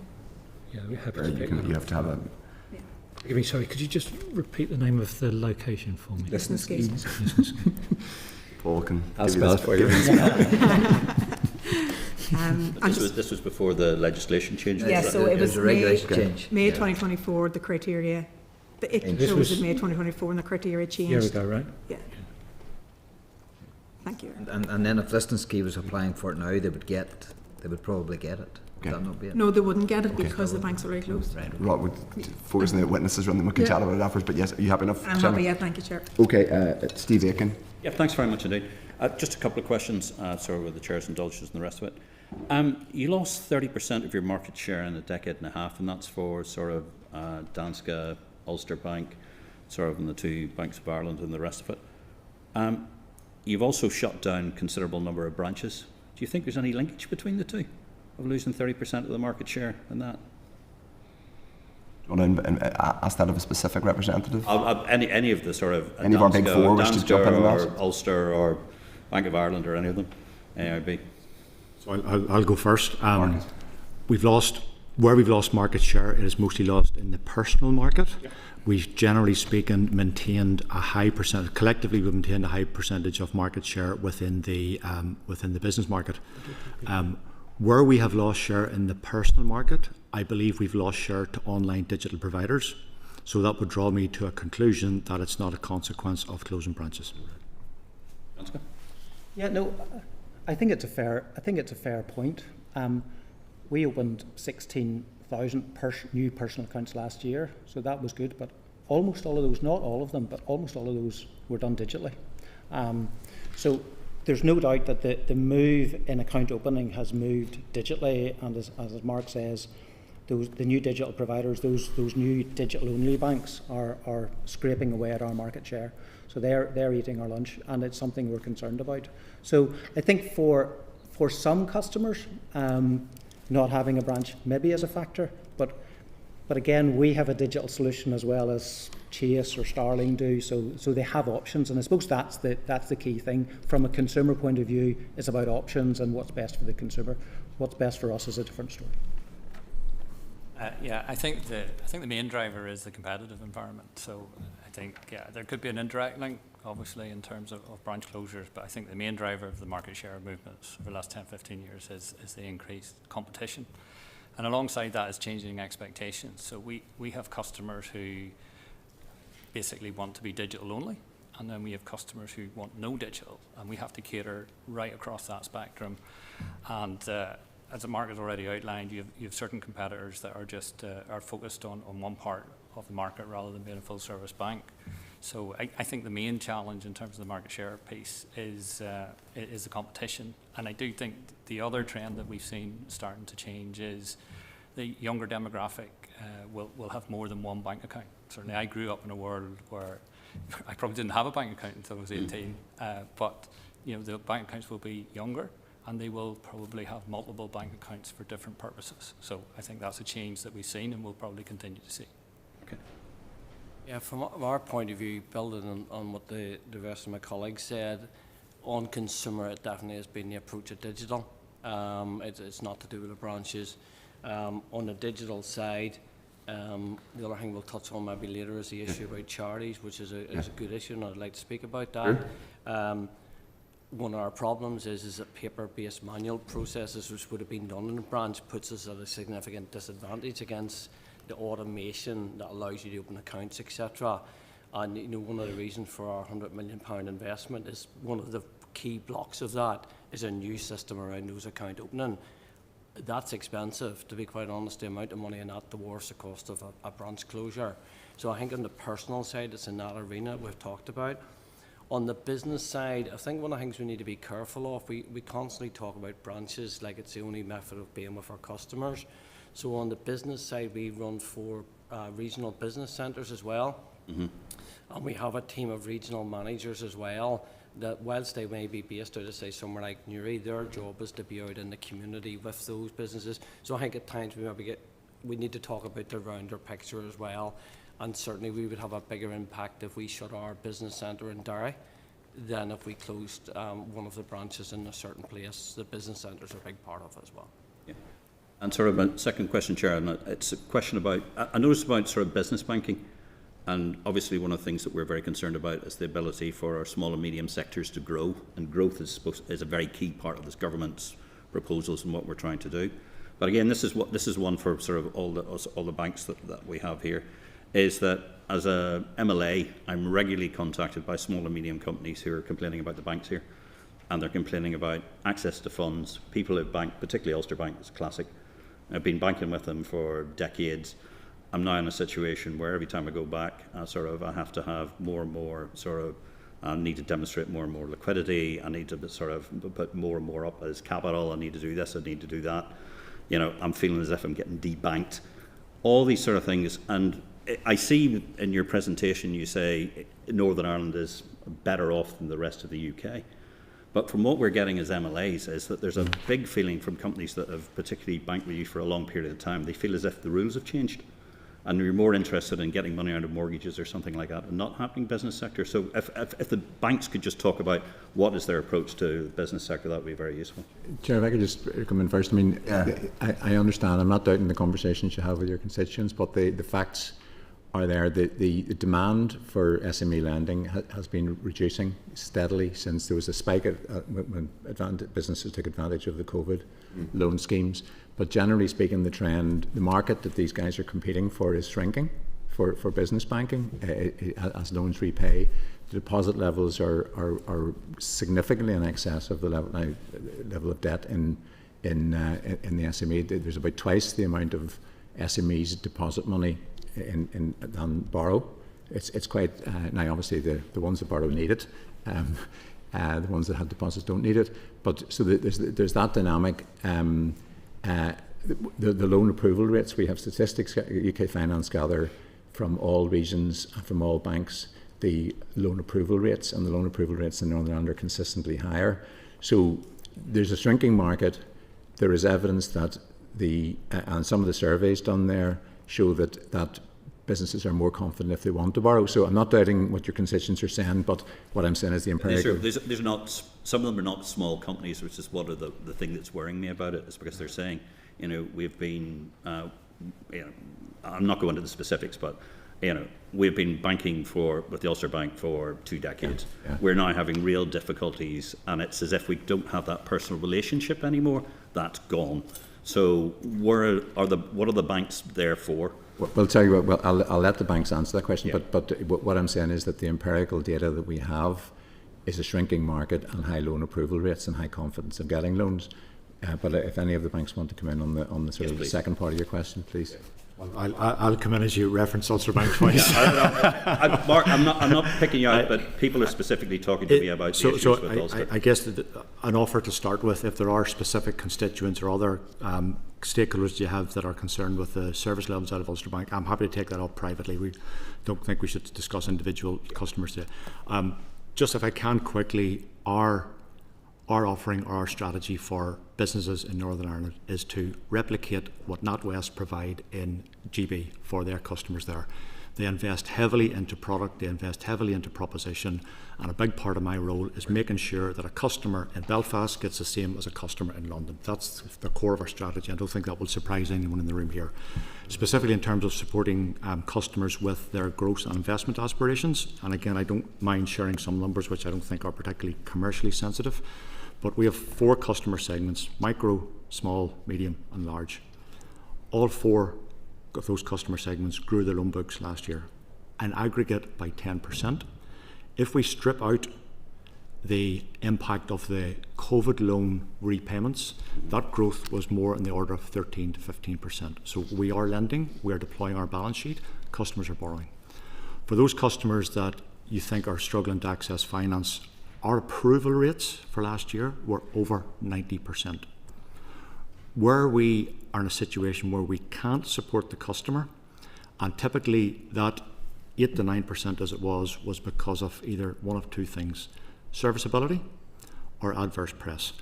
On the serviceability point, we have a delicate balance to strike between supporting customers and economic growth, but also making sure that we lend responsibly and we don't overburden the customer with debt that they can't service, and we manage responsibly off our own balance sheet.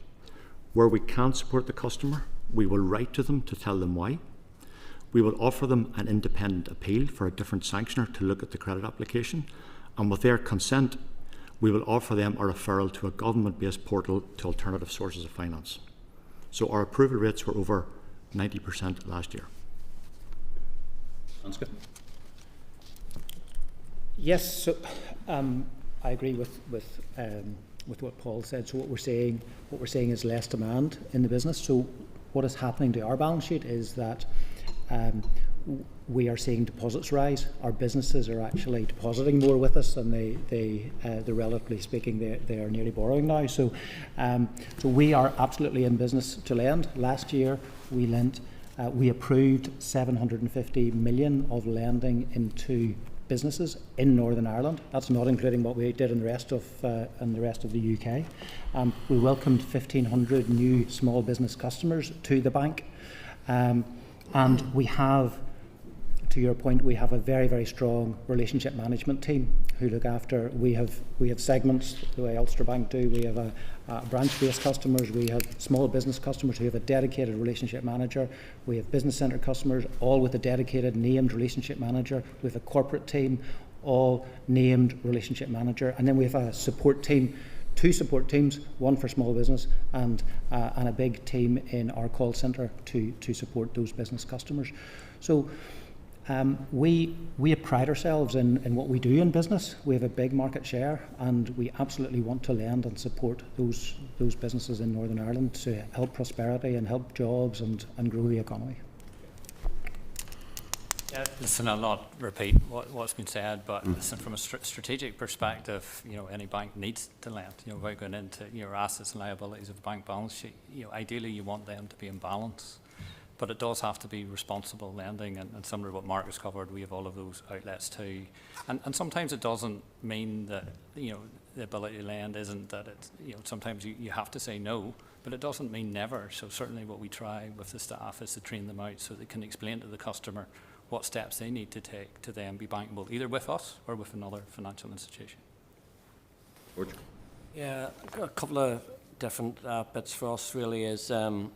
Number one, we do see elements of people sitting on their deposits a wee bit and on their cash, driven by the macro environment that we'll maybe come back to in a minute. So we do see that from time to time, and certainly post-COVID, it's been surprising how much of that cash has stayed instead of being invested for growth. We're open for growth. We're an Irish-based bank. We're part of the community. We don't survive if we don't have a strong community here and a strong economy. So we're very much committed to that. We also do a lot of work in the community, not just on the personal side, but also on the business side.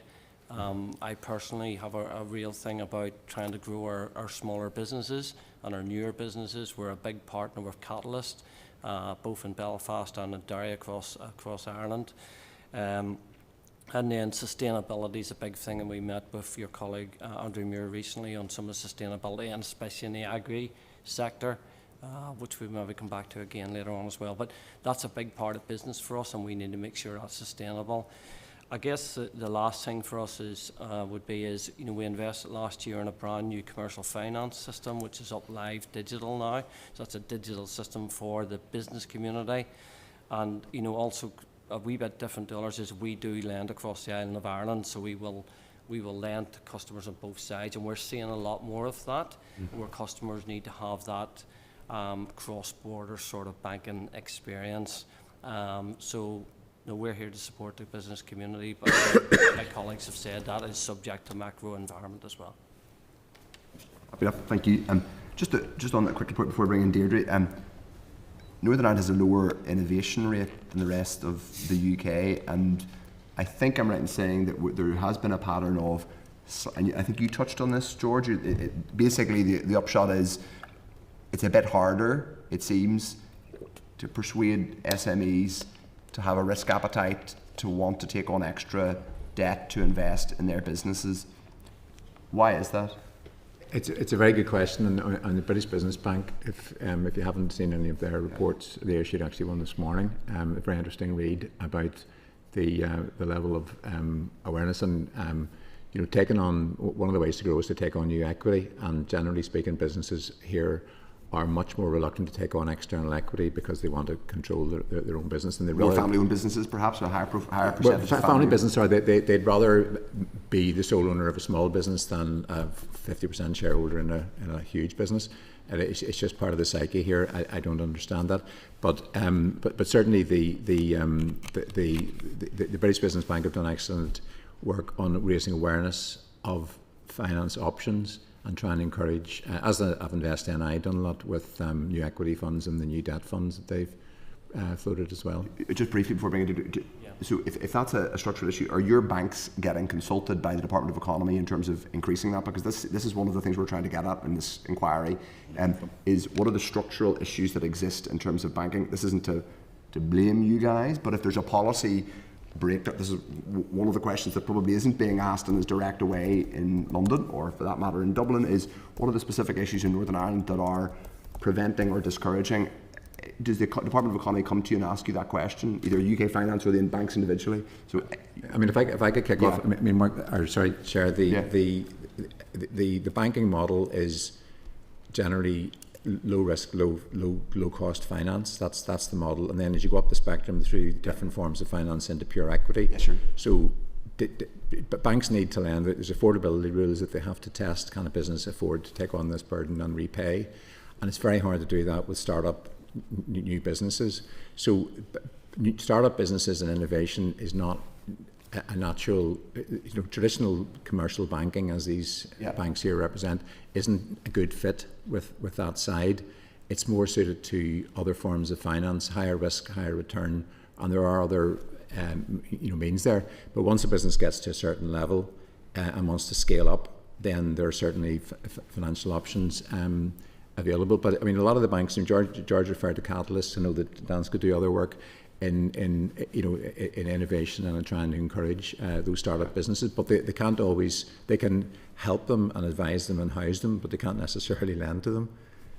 Indeed, I mean, they can bank them as in do payments and stuff for them. And there's a difference between a barber who wants a small business loan and like a startup that is innovative. And you wanted to come in, Eric, and then I will bring Deirdre in. Just a very brief observation. I think that this issue of lending against intellectual property or intangible assets is something that in GB, the Department for Business and Trade is also considering, because to the points that Paul made, it is much more difficult for a traditional banking proposition to lend in that space. Although I'd have to say that there have been plenty of examples where it has been possible, I think.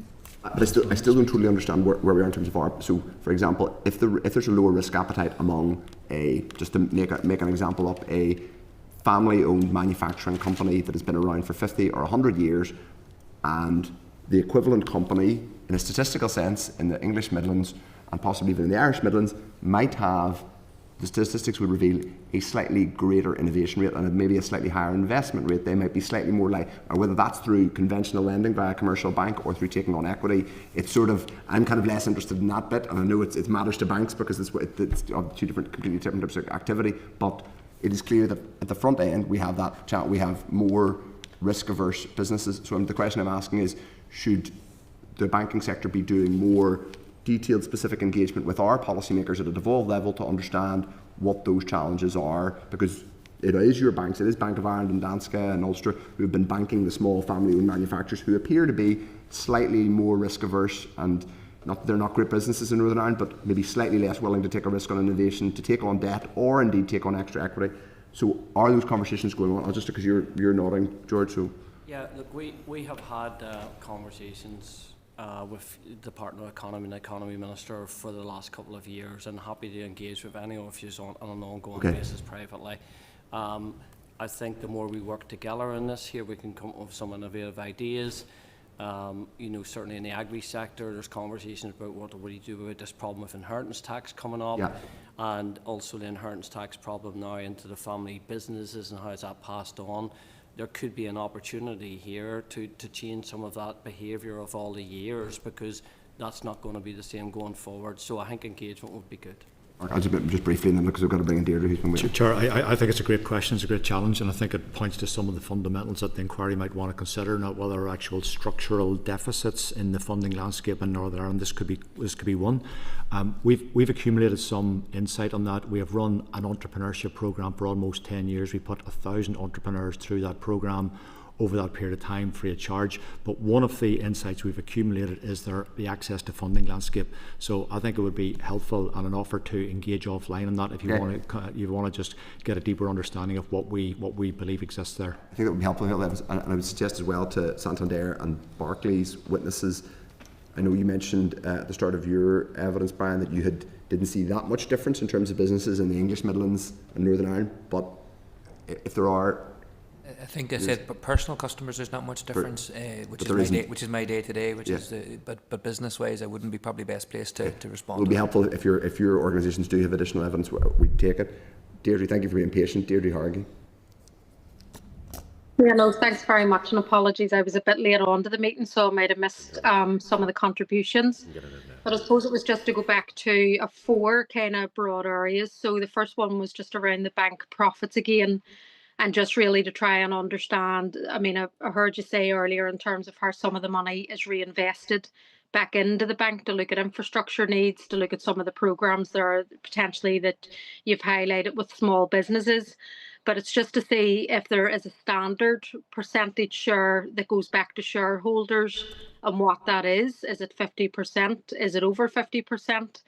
And I suppose my question, particularly when you look at the other issue of bank closures, and it was one of the things that we talked about last week when we were in Kilkeel, looking at the banking hub, and we also met with the local Chamber of Trade and Commerce there. And obviously they have seen a number of branch closures, but they haven't seen a reduction in their fees from the banks. So, you know, they're not getting the same standard of service, but they're still paying as much. So I'm just trying to work out, do the banks ever consider the percentage share that goes to shareholders and potentially reducing that to reinvest back into the local economy in trying to support growth and also sustaining those economies as well? Just start with that. We might just to break it up, just to make it, because we might just get that one, an answer to that first, and then go on to the next bits. Probably your best, Eric, for that one. Yeah, could I just introduce a caution first around dividend distribution strategies? That is part of a commercial franchise that is commercially sensitive. Now, there will be public information, and there'll be investor analyst assessments such as earnings per share, etc. But what each individual bank determines strategically it should distribute by way of dividend to attract capital is a commercial matter for them. Sorry, but I do need to be clear from an antitrust perspective on that. Sure. Are you able to give a sense of what, I mean, so it is each individual, the dividend policy of individual listed companies is their business, but I suppose, is there a general sense that you might give an answer to Deirdre's question about where the, I suppose about what the general picture is in terms of bank dividends? I would imagine an analyst who looks at the sector might be able to tell me, roughly speaking, what the dividend policy. Yeah, so what has been paid is public domain. Sure, correct. Yeah. Well, what has been paid is clearly public domain information, yes. and you know, that'll be available for all to see. It would be wrong to consider that there was a standard or benchmark that firms were collectively working to, and that would be my concern, because of course that leads to potential collusion, which would absolutely not be the case. I suppose what I'm trying to work out, I mean, when you see these things publicly, and it's how the public perceive, you know, huge increases in profits, a section of that or a percentage going to shareholders.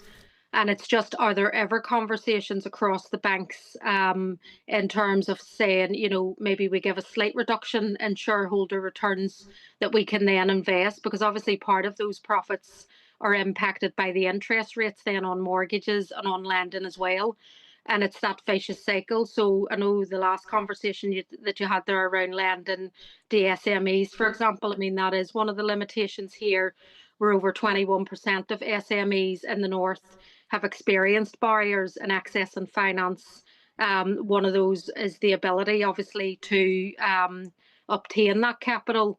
So do the banks have a moral obligation and duty, I suppose? I mean, I know they're ultimately a private company to make profit, but if it's exorbitant levels of profit, you know, do you have an ongoing process of review as to how that profit is divided in terms of what's reinvested back in, either to your local customer base and then what's given to the shareholders as well? So I'm just wondering if there is a review. Do banks actively look at this from a moral point of view, and because of the profit levels that we've seen over the last couple of years? I mean, I know there's been stuff, you know, at a government level, this is what we're looking at around, you know, windfall taxes and all of that that have been looked at before. But we would much prefer banks, you know, to take the action first. So I'm just trying to get a sense as to how you make those assessments. If you want to come in, Eric, and I think Richard indicated he would come in, so Eric and then Richard and anybody else thereafter. Yeah, so certainly the primary consideration is always to provide value and competition in the market, and that actually the market is determining the extent to which price points are derived. So you'll see that in the variable or the variation in pricing of mortgage products as rates change. The countervailing pressure on that, of course, is that at the same time as looking to minimise borrowing costs for borrowers, banks also have to consider the savings interest paid to savers. And for those that have commercial investors and dividend obligations, they also need to ensure that there is a appropriate return on the capital invested in their business. The risk being obviously the flight of savings to a better deal down the road, the flight of investments to a better investment return, which may or may not be in financial services. So that capital might exit financial services itself. The detail behind the weighing of those considerations is the commercially sensitive part, which I appreciate is a frustration across this committee, but nonetheless it is something that I think we have to be respectful of. Richard wished to come in. Thank you, Richard. Yes, Chair. No, just on that point, maybe just to cover Dan's position. So we are Northern Bank. We are a separate legal entity here in Northern Ireland. We're in Companies House. We're a wholly owned subsidiary of Danske Bank, which means we have one shareholder, which is our group in Copenhagen. When they purchased us 20 years ago now, they brought a lot of investment in here, and it's been a terrific support through all the years. So our dividend policy, there isn't actually a policy as such. How we assess things is that we assess the capital that we need for growth and the capital that we need, the money that we need for investment over a 5-year period. So we look at that first, and then we assess, well, is there anything extra? And that's where we then would consider a dividend back to group. But I have to assure you that the decision to pay a dividend, if we were to do so, is completely at the discretion of the local board here in Northern Ireland. It's not a decision that comes from group, it comes from us. So to Deirdre's point, we retain money here for investment and for growth in the Northern Ireland economy. You're not listed here, though. You're not. No, Danske is obviously. Okay. I think we'll move on. Next, go on, Deirdre. Yeah, no, sorry. My other bit was just around, obviously, the branch closures, and I know it was mentioned there in terms of, particularly in rural areas, you know, the post office provision, but obviously we're hearing news that there's 108 post office branches which are potentially being offloaded. Some of those may sustain, some may close completely. So I'm just wondering, in the bank's analysis across the board, is regional balance and obviously linking in the access for cash, is that something that you consider in terms of when you're looking at these decisions? And does regional balance play a part in any of that?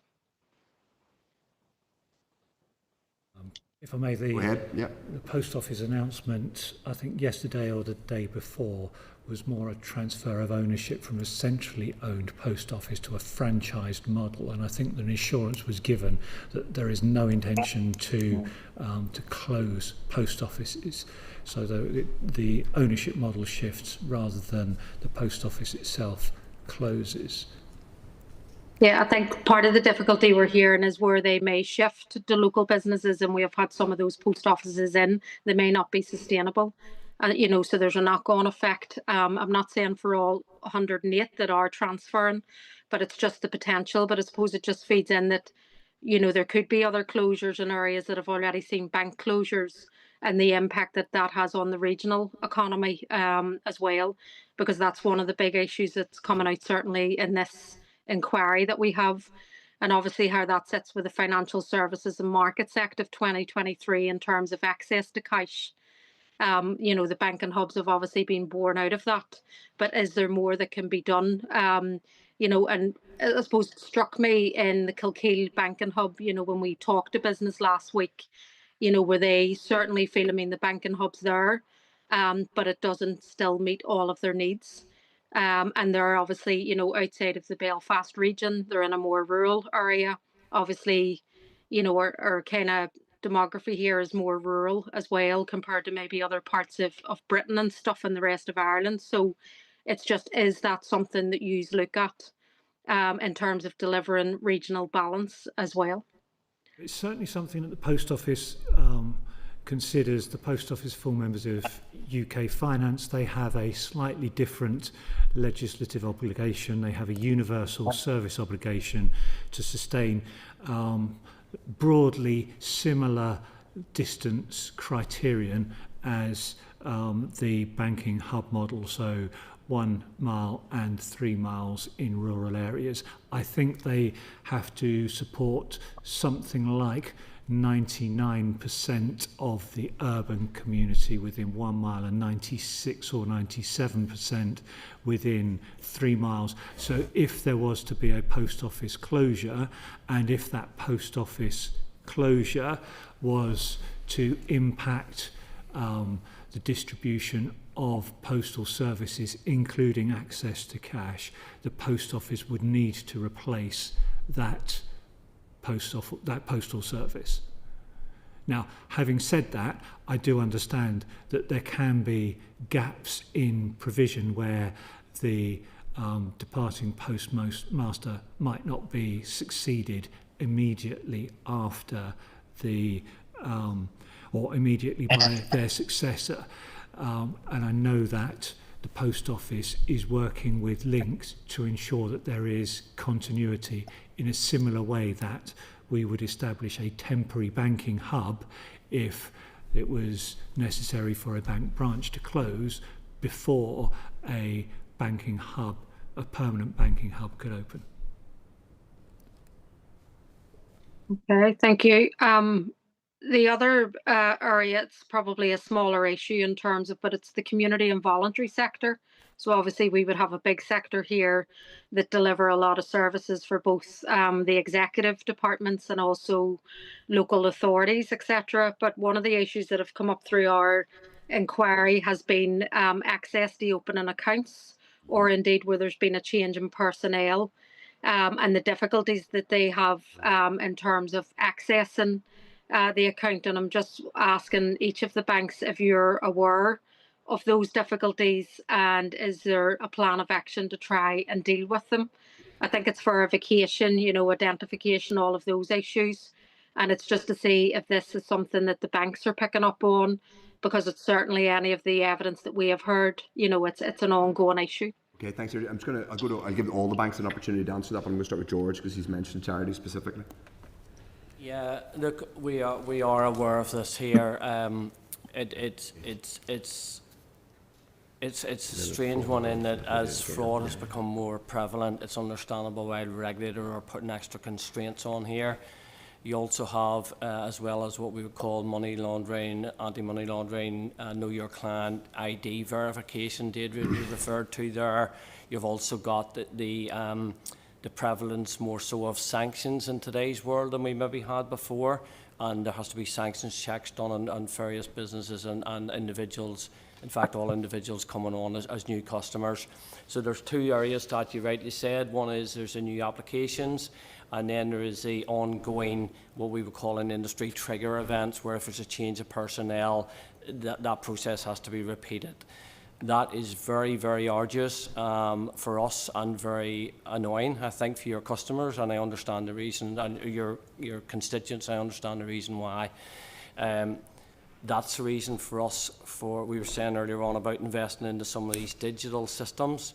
Some of the new digital companies have a lot more technology there where they can automatically check people's verification, company's house, things of this nature. And a lot of the answer to this is in technology, and that's the reason why we have to make sure we invest to keep up with that there. I think there's another part of it probably to do with education and working closer together. And again, we have already been doing a lot of work with credit unions and in the voluntary sector, and we're happy to do that more locally in the regions with some of your constituents if it's helpful. And what I mean by that is sometimes helping people set up the charities in the right way and with the right amount of people nominated as bank officials and signing, etc., can have a dramatic effect in that there, but happy to take that offline if it helps. Okay. Brian, Gillen, and we have to keep our answers succinct on these ones, but observations welcome. Deirdre, I'm aware of the feedback from the inquiry. In terms of AIB specifically, we would open charity voluntary accounts as business accounts. So as George has outlined there, we have to go through the normal customer due diligence, know your customer and AML requirements. But we haven't any specific negative feedback in the complaints, but I've just asked the team to do a sort of deeper review of it. Okay, Richard Caldwell. Yes. We recognise the challenges for charities and community groups, absolutely. We've made some changes over recent months, which means we need to identify less trustees actually for the vast majority of charities or community groups, so that helps. But the legislation here is difficult, and the other thing that's difficult is that charities and voluntary groups typically work outside normal business hours, so it's not like a business. It's very like opening a business account, like Brian says. So in a business, you can gather people on a Wednesday afternoon and you can get their ID and you can go to the bank and you can get it opened, or you can upload the information to get it opened. Charities maybe meet once a month or maybe once a quarter, so the time delays here are definitely an issue, and there's probably something in the terms and maybe the language. And we have in Danske Bank worked with UK Finance and NICVA and other banks pulling together the voluntary organisation banking guide, and that we have that on our website. It's a very useful step-by-step guide, and we have a dedicated team to support voluntary organisations and charities through that process. But I think it's fair to say it is not a great process, and we do recognise that. Okay, Mark, yourself. Mark. Similar. I think it's a point well made, and we do recognise the challenge. To summarise what the rest of the speakers have said, you've got a complex set of situations here. You've got strict regulatory requirements.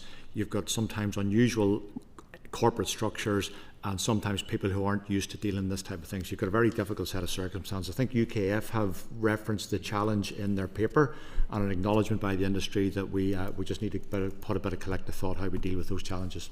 Okay, Brian Mulligan. Yeah, not to repeat anything, just recognise the challenge, and I think the key in this was mentioned earlier is getting it right first time, and I think if we can get that right more often, clearly then you won't have the issues going forward. And one further thing is we've invested in a new scanning technology which should eliminate some of the errors further down the line, because it holds the information digitally rather than us continually having to go out and ask for the same thing, which sometimes is the issue. Okay.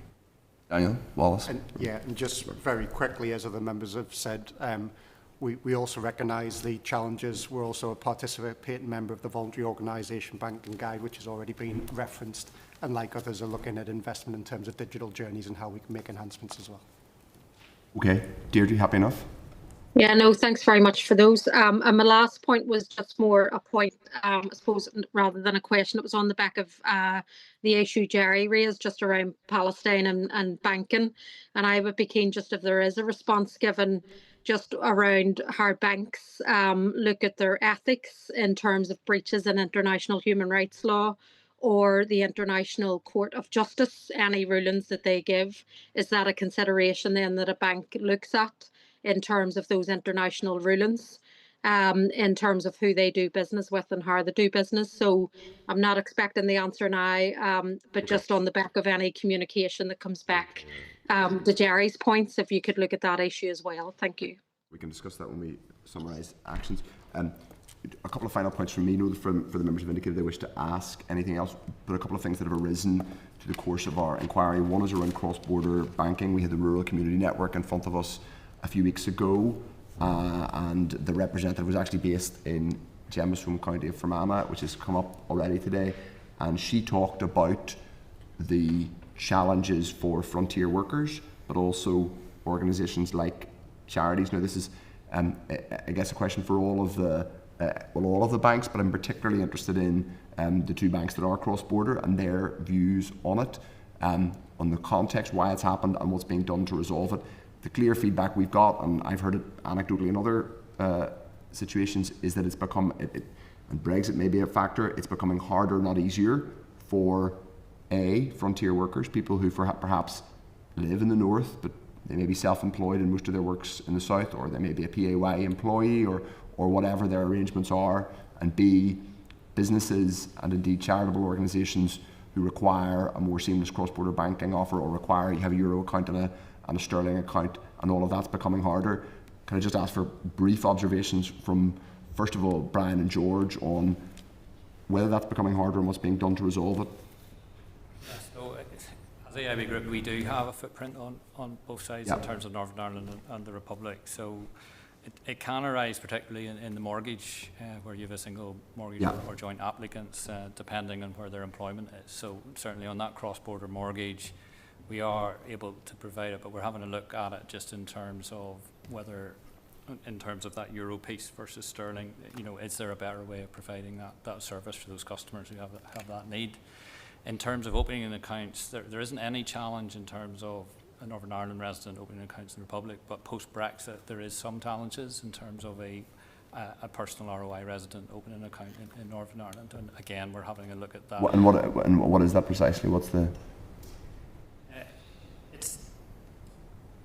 I'll refer to the committee just for the exact detail, but it's quite complex. To do reverse solicitation, and it's to do with the CBI regulation versus the PRA regulation. So I'll refer to the committee with exact details on that. Okay, and George Higginson from Bank of Ireland, just on that. Yeah, a couple of bits. Just building on Brian's bit, the mortgage piece is specifically difficult for workers. We actually have it with some of more difficult than it was 10 years ago? No, it changed in the mortgage regulation when it came in, and I'll look to my colleagues in UK Finance to clarify the exact details of that there, but this has been with us for a long while, with post-mortgage regulation coming in. I think it was MiFID back in time. If it's a foreign currency mortgage, there is extra considerations need to be taken, because you have to allow for the fluctuation in the exchange rate on it, which is part of the issue. And that's particularly hard if you're a self-employed person, I presume. Yes, yeah, especially because you've got the variation on the income and the variation on the currency exchange as well. So you have to have a methodology to do that conversion, and you have to do it on an ongoing basis. You basically have to reassess the mortgage all the time. We're actually looking at doing something on this here at the minute, but we're actually going to do it in a product where it's very specific. We can keep really close eye on it. On the business side and on the currency side of it, we actually offer accounts even in the UK and Northern Ireland in both currencies. And we also offer business accounts on both sides of the border. But what we will do is we will help facilitate that for our customers here, but we're actually putting that on the books in Dublin. So but it's that way of accommodating. It's helpful. Is there anything else that's come in on that? Just a couple of points, Chair. You'd referenced that Ulster Bank took a decision to close down its operations in the Republic of Ireland about 3 years ago, and that was a sad day, but for a long set of reasons. That has somewhat impaired our ability to operate on an all-Ireland basis. That said, we still can provide a cross-border mortgage where the applicant is resident in Northern Ireland and has an account based in Northern Ireland, so we still can do that, subject to some of the issues that George has just outlined. And secondly, we still can, subject to regulatory requirements, support customers based in Northern Ireland who want to invest in the Republic of Ireland for business ventures. But the regulations around that are pretty tight. It would have been it would have been easier probably prior to that, when you were a separate entity and on both sides of the border. So when we still had our presence in the Republic of Ireland, and prior to Brexit, where we had passporting licences, we could have operated in both jurisdictions almost seamlessly. And that is an issue. The passporting has just made it harder. It's just made doing financial services cross-border so more it's hard. Subject to the non-solicitation rules, where we can't originate business now in the Republic of Ireland, so that business has to come proactively to us. It's a very complex area, and it's a live one actually, because we had a question from the economy minister on this in the last few days, and it's something I'm looking into, and it's more from a business's point of view. There's two regulatory environments here. Unfortunately, it's an unfortunate casualty of Brexit that there's two environments. There's a concept called passive servicing, where if there was an account open, it can still be serviced, but selling services cross-border is very complex, and a lot of UK banks aren't licensed, if you like, to sell, and opening a current account is potentially viewed as selling. So it's a very complex area. I'm looking at the SME bit to answer that question from the economy minister, who I think it was asked in the chamber. So, but there are ways and means around it, but it's not easy. It's very difficult. Well, I think it would be helpful for us to have that information as and when. I mean, this is not the sole focus of this inquiry is not cross-border banking, but it is a component, particularly for border communities and businesses, but for the economy at large. Final question for me, and then I think the Deputy Chair has one, is around this law which has just passed in the Dáil, which guarantees, it effectively limits. Or it enhances, it puts down closer rules around access to cash. If an equivalent law was to pass north of the border, and I might go to colleagues who have had some, do you think the northern banks up here would be supportive of it? George and Brian. So this I'm slightly springing this on you. You may not have seen the legislation, but you may be aware of it, which just passed. I'm just going to be pretty short. I'm not aware of the legislation, so I'd have to take that offside. Okay. And so my read of it was very similar to 23 Act. To the UK. Okay. So now that it was almost, I read it as a Republic catching up. Really. Okay. Fair enough. We have experience of this because our Republic of Ireland colleagues in our parent bank actually come to us to gain our experience on banking. If it's the same as the 23 Act, then fair enough. Okay. So we have experience of that. In fact, they're looking to us for our experience over the last couple of years. Okay, that's helpful. We'll just go in, the Deputy Chair to come in. Thank you, Chair. Just a slightly different perspective. I was thinking about it as you were all speaking. It's around just personal banking and visibility, teaching good banking habits, and just thinking in particular, of children coming through and banking, and just the lack of visibility of banks as we're kind of, in a cost of living crisis here, and we're trying to teach people good practices. I remember myself and declaring the interest, going with my Henry Hippo Saver book, and and that was the practice that you did, and you went up to it. And I see this, and you don't really have access to these things through the banking hub. As I say, Kilkie would be local to me to the bank, and whenever you don't have the visibility, on the high street of that, it's difficult to breed. That thinking as to what it is. And I would be interested to know, the perspective of UK Finance, the wider banks, as to how you're maybe linking in with schools and just teaching that early on to children and those practices. Yeah, so to date across GB, we've had a fairly successful federated strategy, and by that what I mean is individual brands have pursued where they felt they had the strongest presence. NatWest, for example, has been significantly involved in secondary education. Barclays, with its Digital Eagles programs, taking a slightly different slant. Santander has been in universities as an international banking group. It's a question that's been raised at the Financial Inclusion Committee, which we're a part of. And it's also something that we've been very keen that in the England and Wales curriculum assessment review is added as a consideration in PHSE as a curriculum requirement. Now, I absolutely accept that that's only a component of the overall population, and there are quite significant needs across the entirety of the population. Equally, I think one thing where Nerona, the Chief Exec of the Northern Ireland the Northern Ireland Consumer Council has been very proactive, and I'm very supportive of, is to ensure that the Financial Inclusion Committee and any work around financial education is, insofar as possible, replicated in Northern Ireland, but there's just different educational structures, so we're going to have to work through that detail. Sorry. If you don't mind, it's a really, really good point you make, and that's what I was trying to say earlier on. We need to look at banking as much more than just branches, and this has been, since we had a reduced branch footprint, we have invested heavily. We've just brought another 5 new regional community people on based in the local community to do this, as well as our central team. So the 2 bits that relate exactly to your question is we have been a supporter of YENA, Young Enterprise, for over 10 years, and we're actually raising additional funding because of their current funding constraints to keep them going with the Ireland funds. And we're also have been working with schools for many years now. We've done over 4,000 hours of training for children in schools, right down at very primary level. And that includes both funding to it, but also putting our staff out into the schools to work with them. So I think it's a valid point, but we don't talk about it enough.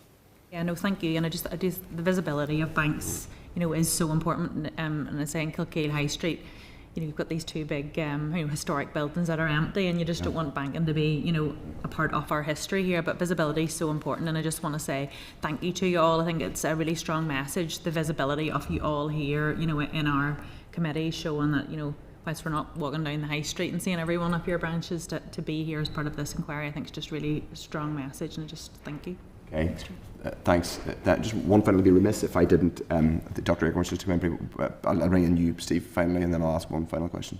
Yeah, no, it's just a very quick one. When's NatWest going to be completely divested, or the government's going to completely divest itself in NatWest? This calendar year, most likely. The shareholding's down to less than 5% now, so we only own 5% of you now. 5%, yeah. All right. Okay. So, but you'll be a fully. That's the plan, is to return to full private ownership during this calendar year.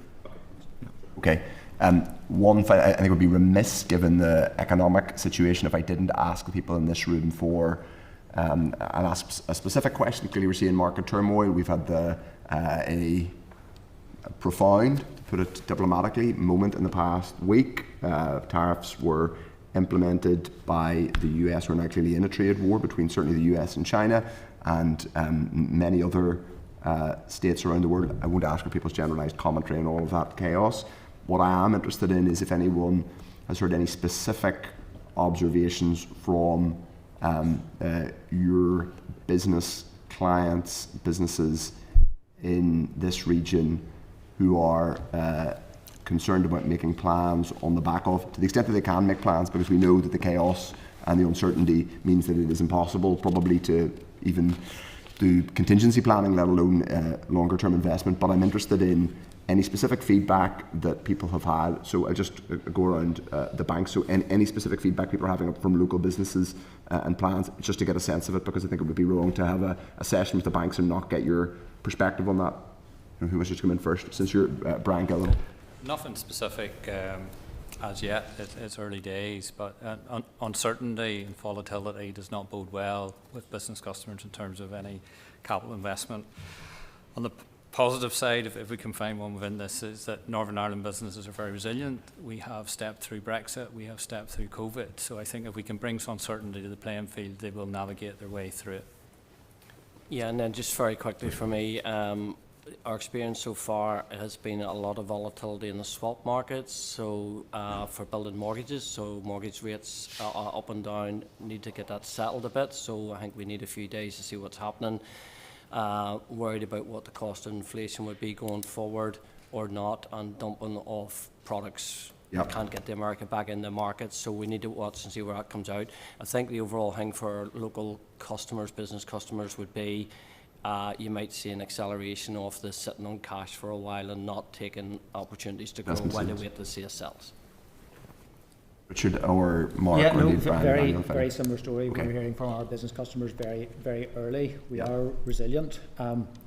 Interesting to note that the new national insurance contributions kicked in for this month as well, so business have an additional burden now on top of this turbulence. But from our point of view, we'll keep monitoring. We're there to support, and that's the message. Yeah, it was quite timely, because last Thursday the Northern Ireland Chamber had its annual economic conference out in the Galgorm, so it was a good opportunity to hear from an excellent panel of speakers, and obviously it was one of the topics of discussion. I think overall this sense was pause and reflect and not panic. Interestingly, some of the priorities that were being talked about were the traditional skills, infrastructure, climate, so it wasn't top of the list at that point in time. From our perspective, with good muscle memory from previous recent crises, our role in this is not to panic, it's pause and reflect, and for the time being for us, it's business as usual. It was before US bonds hit 4.5%. Okay, or two other... Nothing specific. Okay, thank you. I think it was important to get some perspectives on the record. There's no further questions at this point. That has been I think a useful evidence session. We appreciate all of your time I think it is important to put on the record, first of all, we acknowledge that you've all turned up and you're, in a policy sense, not obliged to, because finance is not, and financial services are not devolved to this institution. However, there is a ministerial banking roundtable.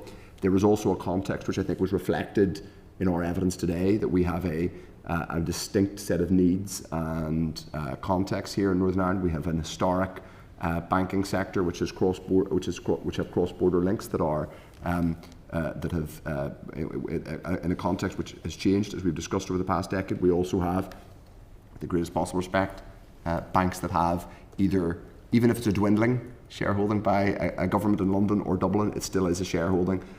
So I think it was important that we had a session today where taxpayers in Northern Ireland have the ability, and users of banking services have the ability to see their representatives ask questions about the specific personal and commercial banking and business banking context in Northern Ireland. We have lots of homework to do that I think we will follow up on, either via UK Finance or individually.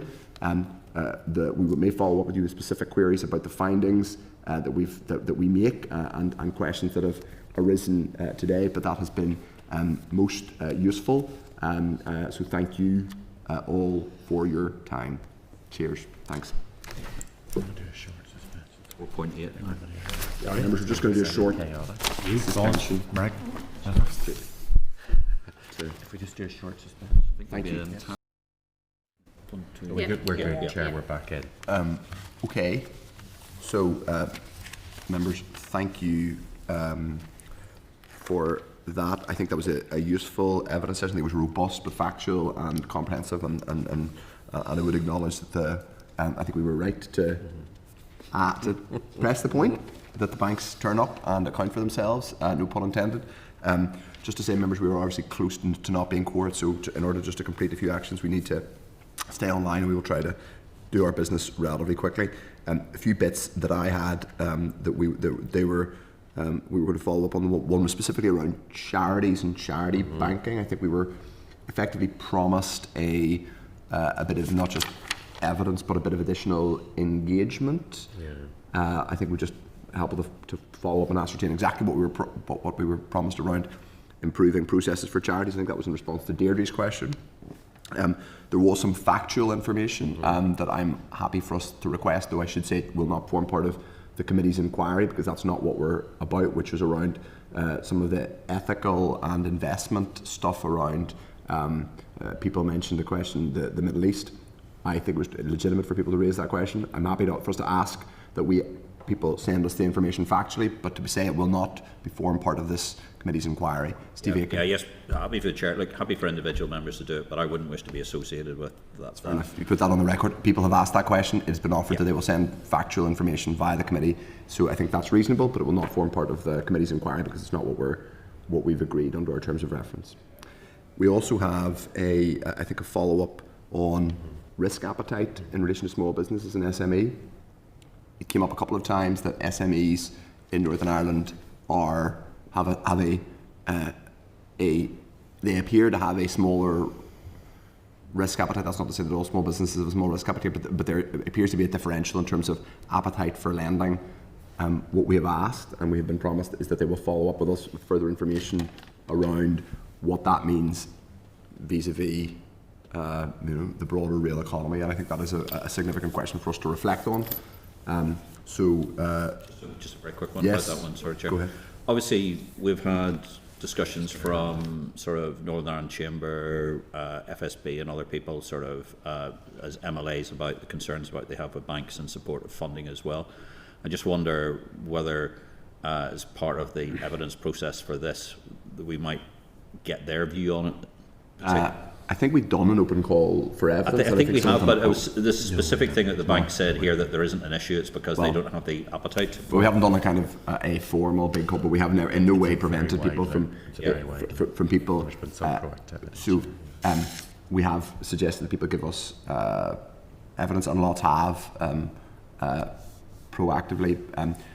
We may want to simply say to the Chamber to offer us some written evidence. I think we're now probably quite at the point where we can't really schedule. I appreciate we don't really advance. No, we have a business perspective. I think it would be because the Chambers have come to a lot of the other elements, so they were represented. They were at the. Yes, we had a massive. By the way, they were all there at NICVA in Duncairn Gardens. Right. We can ask them if they want to provide written submissions. I think that's fine. But beyond that, I think we don't have the bandwidth to do any more. That's what it suggested. It just seemed to be it was quite. I think we're now done with oral evidence in large part. Yeah. Deirdre Hargy, wish to come in. Deirdre. Yeah, it was just on the additional information from them on the dividend stuff and just the profits. So one of them had mentioned around, well, they had a dividends policy, but they don't. So I think it would be keen just to write to them all asking what their dividends policy is. Can I just suggest, just for the purposes of yes, I think that's reasonable, but just purely for the purposes of making this as straightforward for the clerks as possible, that we ask. So there's one or two ways of doing it. One, you could write to every single bank operating in Northern Ireland. That's, to be honest, a fairly exhaustive task, and it's not really the core part of what this inquiry is about. Not that it's not a legitimate question to ask. I think there is a legitimate question around profit margins versus closing branches. I think that question was raised today. Can I suggest that there probably be one of two ways of doing it? One is going to UK Finance and asking them to provide a snapshot of dividend policies by banks, particularly banks that are present. I mean, that's now pretty much all of them, in the sense that you can, if you have you can open a bank remotely. I think with pretty much every UK bank. But the other way of doing it would be to see if that information exists via some other form. I don't know, think tank or statutory body that's produced a report. I'm not sure. Can I suggest in the first instance that we just write to UK Finance and ask if they're able to provide a snapshot?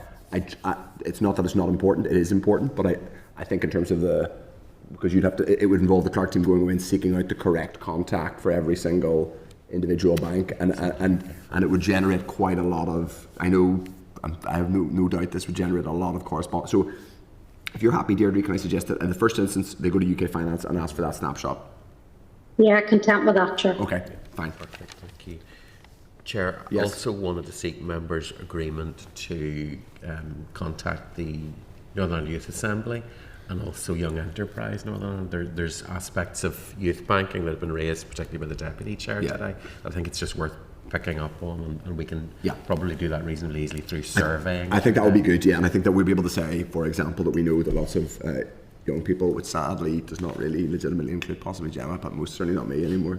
I'm relatively young for talking teenagers. Indeed, yes, yeah. Okay, grand. I think that is everything that we need to summarise. If people are content. Okay. Next up now, the next agenda item is 7, which is matters arising. There's a fair chunk to get through, and if we don't get through it all today, so members. From the Minister of Finance, we have at page 105 the Minister has written to the committee setting out the Executive's agreed position on how it believes the UK Government needs to approach the design and delivery of successors to the Levelling Up Local Growth Funding. So he set out there's a detailed position paper, which is most useful. That's to note, unless any member wishes to raise any specifics. There are further things that I think we will want to follow up on and understand in further evidence sessions, but that's to note at this stage. 7.2 is a delegated powers memo relating to the Death, Stillbirths and Baby Loss Bill. That's at page 119 of the meeting pack. The Death, Stillbirths and Baby Loss Bill passed second stage on Monday 7th of April. Let me actually just add to that my thanks to the Deputy Chair for helping to or fulfilling the committee's responsibilities in that regard. The DALO has provided a copy of the delegated powers memorandum identifying provisions within the bill which confers 4 powers to make delegated legislation. And it sets out the detail. We will be considering that as part of our report on the bill. So that really, members, just to seek agreement to forward that memorandum to the Examiner of Statutory Rules, seeking a report from her in respect of it, and also to write to the Human Rights and Equality Commissions to seek their views, as we would as a matter of course. Content? Thank you, Chair. So, members, can we also get members your agreement to ask the Bill Clerk to attend on the 30th of April to give members an introduction to Bill scrutiny, which is hopefully, it's new to, it's given that we haven't had that many bills to look at for a while, since we've been back. Refresher, okay. We also want to seek agreement to schedule an oral briefing with the Department on the bill. That's content, yeah.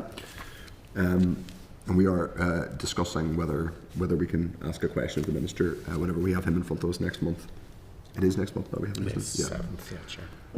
So there's a raise oral briefing scheduled for the 21st of May on the bill.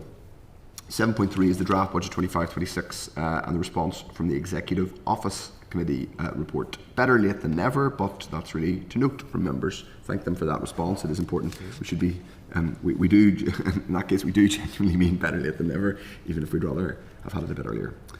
7.4 is the PAC report on major capitals project. The follow-up report that came out on the 27th of March 2025. Number of new recommendations for the department to follow up. PAC will retain primacy for the time being, but should they sacrifice primacy at any point? And even if they don't, I think the findings in that are extremely germane to what we probably intend to look at later this year in a little more depth, which is around performance in civil service. I don't know if the Deputy Chair wishes to say anything about that. Yeah, just briefly, Chair, I know as a member of the PAC, just to declare that as well. Significant findings, and since the report last year by the Audit Office saying 2.45 billion overspend, it's now at this point gone up to £3 billion overspend, so it just continues to rise. And I know that the overspend on the major capital projects since the report, it's gone up by another £500 million projected overspend, so it's continuing to grow. And the PAC obviously has the primacy over the MOR recommendations and the timescale for implementation of recommendations, but these recommendations are largely repetitive of ones made 5 years ago. So I would just be keen to ascertain something from the Minister as to going into the 25-26 year. We're looking at the capital budget, and is he doing anything to highlight this at this point rather than waiting, because obviously the PAC will get a memorandum of response in about a month and there'll be timelines of responses, but people are setting their budgets and their capital plans now. But just to emphasise this and ask the Minister for his plans around that, I'd be keen. That's a very good idea if members are content to do that. Yes, just very quick, just for clarification, so it's gone up by an extra £500 million in the space of 6 months? Closer to a year since I think the report came out. It was last summer. It was I can't remember the specific dates, but it was the mid-2024 report of the Audit Office, so they've reassessed the figures for the PAC report going out last week. 19%. And okay, members are content. We will ask for that further information from fair enough. I'm not content with the outcome of the report, but content with the action. Okay, the next agenda item is the readout of requests, which we'll go through now. That's items 7.6 to 7, 11. So the page 172 of the meeting pack, members are requested to confirm timescale for the required subordinate legislation to enact all the powers for Legal Services Oversight Commissioner and to schedule an oral briefing on same. The Minister intends to bring the legislation into operation in September 25, subject to the Assembly's business scheduling and in the committee's and the committee's consideration in the context of legislative procedure. Officials can provide a verbal briefing if required, alongside the submission of draft legislation at the appropriate stage. So, members, we will have an oral briefing on this towards the end of June, if members are agreed. But I would add, we are a really busy committee. We should not, this is just my view, I'm speaking personally, not as a chair of the committee. I don't think our committee, and I'd be saying this if I wasn't chairing it, should be doing this. I think the Justice Committee should be doing it. I think it's bonkers. It's just increasingly bonkers to me that this is sitting with the Finance Department. It's just completely surreal. The Legal Services Oversight is something that is inherently about the operation of the justice system, and I don't know why the Justice Minister, Justice Committee aren't doing it, because frankly we and the Minister have enough on our plate, but that's my personal view. Deirdre might have something to say about that. I don't know if Deirdre wishes to. Justice is just as busy as well, so it is. So I get it on a Thursday and a Wednesday. And I'm sure you. I know, Deirdre, the committee's very busy, and you've got a big bill to look at. But I just think, in general, it doesn't make sense that we have legal services or civil legal aid, or civil. No, we don't have civil legal aid. We have civil law reform, and that's just it's a hobby horse. 7.7 is a DALO readout response, which is to do with the CNAG disclaiming of economy accounts for 23-24. That is at page 173 of the meeting pack. Members had requested clarification from the Department of Finance as to whether or not it was aware of the situation and at what point, as well as this is relating to disclaiming the DFE accounts, at what point, as well as his view, at what point it became aware, and as well as his view on the unusual steps that the CNAG had taken. The department has stated that it became aware of this audit opinion when it received the DFE's 23-24 annual report and accounts for laying on the 5th of March. DFE have advised that the outturn for budget controls have been overstated in the DFE group accounts, and the department indicates that there is no risk of an actual overspend or control totals being breached, and it is an issue relating to the consolidation and reconciliation process rather than a substantive issue with breaching the budget or estimate control totals. This did not impact on the net cash requirement total or the related supply debtor within the financial statements. NIAO has acknowledged this in meetings with the department. So members, the committee has already discussed informal engagement with the departmental finance directors. Members will recall that Joanne McBurney indicated that at the additional meeting last Tuesday, which I wasn't present at, that she has assumed leadership of the finance professionals within NICS. Members have previously discussed the importance of cohesion and consistency within this group. Members have also noted that finance professionals are managed within their departments and are not managed as a group resource across the NICS as economists are. So members, we agreed at the meeting on the 13th of March to have an informal meeting with finance directors, and the committee's clerk team is looking for a suitable date. Okay? Members are content. Next Dallery response relates to funding for NI Water. Members had requested information from the department on the Minister of Finance question in relation to funding for NI Water during question time on Tuesday the 11th of March against figures quoted by the Construction Employers Federation in a recent publication. The department states the Minister's reference to £500 million worth of public funding for NI Water is correct. This year, NI Water received 152 resource and 349 capital, that's a million, sorry, from the funding allocated to DFI by the Executive. The 19 million for 2005 homes and January monitoring referred to an allocation in the October monitoring round for 19.5 million and was for 2,300 new properties to connect to the water and sewerage infrastructure during this price control period, i.e. up to 26-27. The 15 million transformation fund allocation is across the next 4 years to 28-29 for natural solutions to urban drainage, to use nature-based drainage solutions to manage the flow of rainwater through urban areas to reduce flood risk. The department states that the CEF report refers only to capital expenditure and the figures in the report appear to be incorrect. Copies of price control and mid-term final determinations are also provided. The department does not recognise the level of underspend promoted by the Construction Employers Federation and believe the level of underspend is overstated. That is one to note. Obviously there are ongoing conversations about funding of NI Waters, but that's to note at this stage unless anybody wishes to comment. The next Dallery response relates to the LPS rate collection target, which is at page 360 of the meeting pack. Members have sought specific information on comparison of LPS target setting for rate collection with GB local authorities. The department has stated that the council tax and business rates tax base for the 317 local authorities in England varies widely between local authorities. Each can set targets specific to their own tax base. The department is working on benchmarking collection performance against the cumulative local authority position as published online by the Department for Levelling Up Housing and Communities. The department has set out its approach to collection targets. So members, this is to raise this, just agreement to raise this issue the next time we get a substantive briefing from LPS.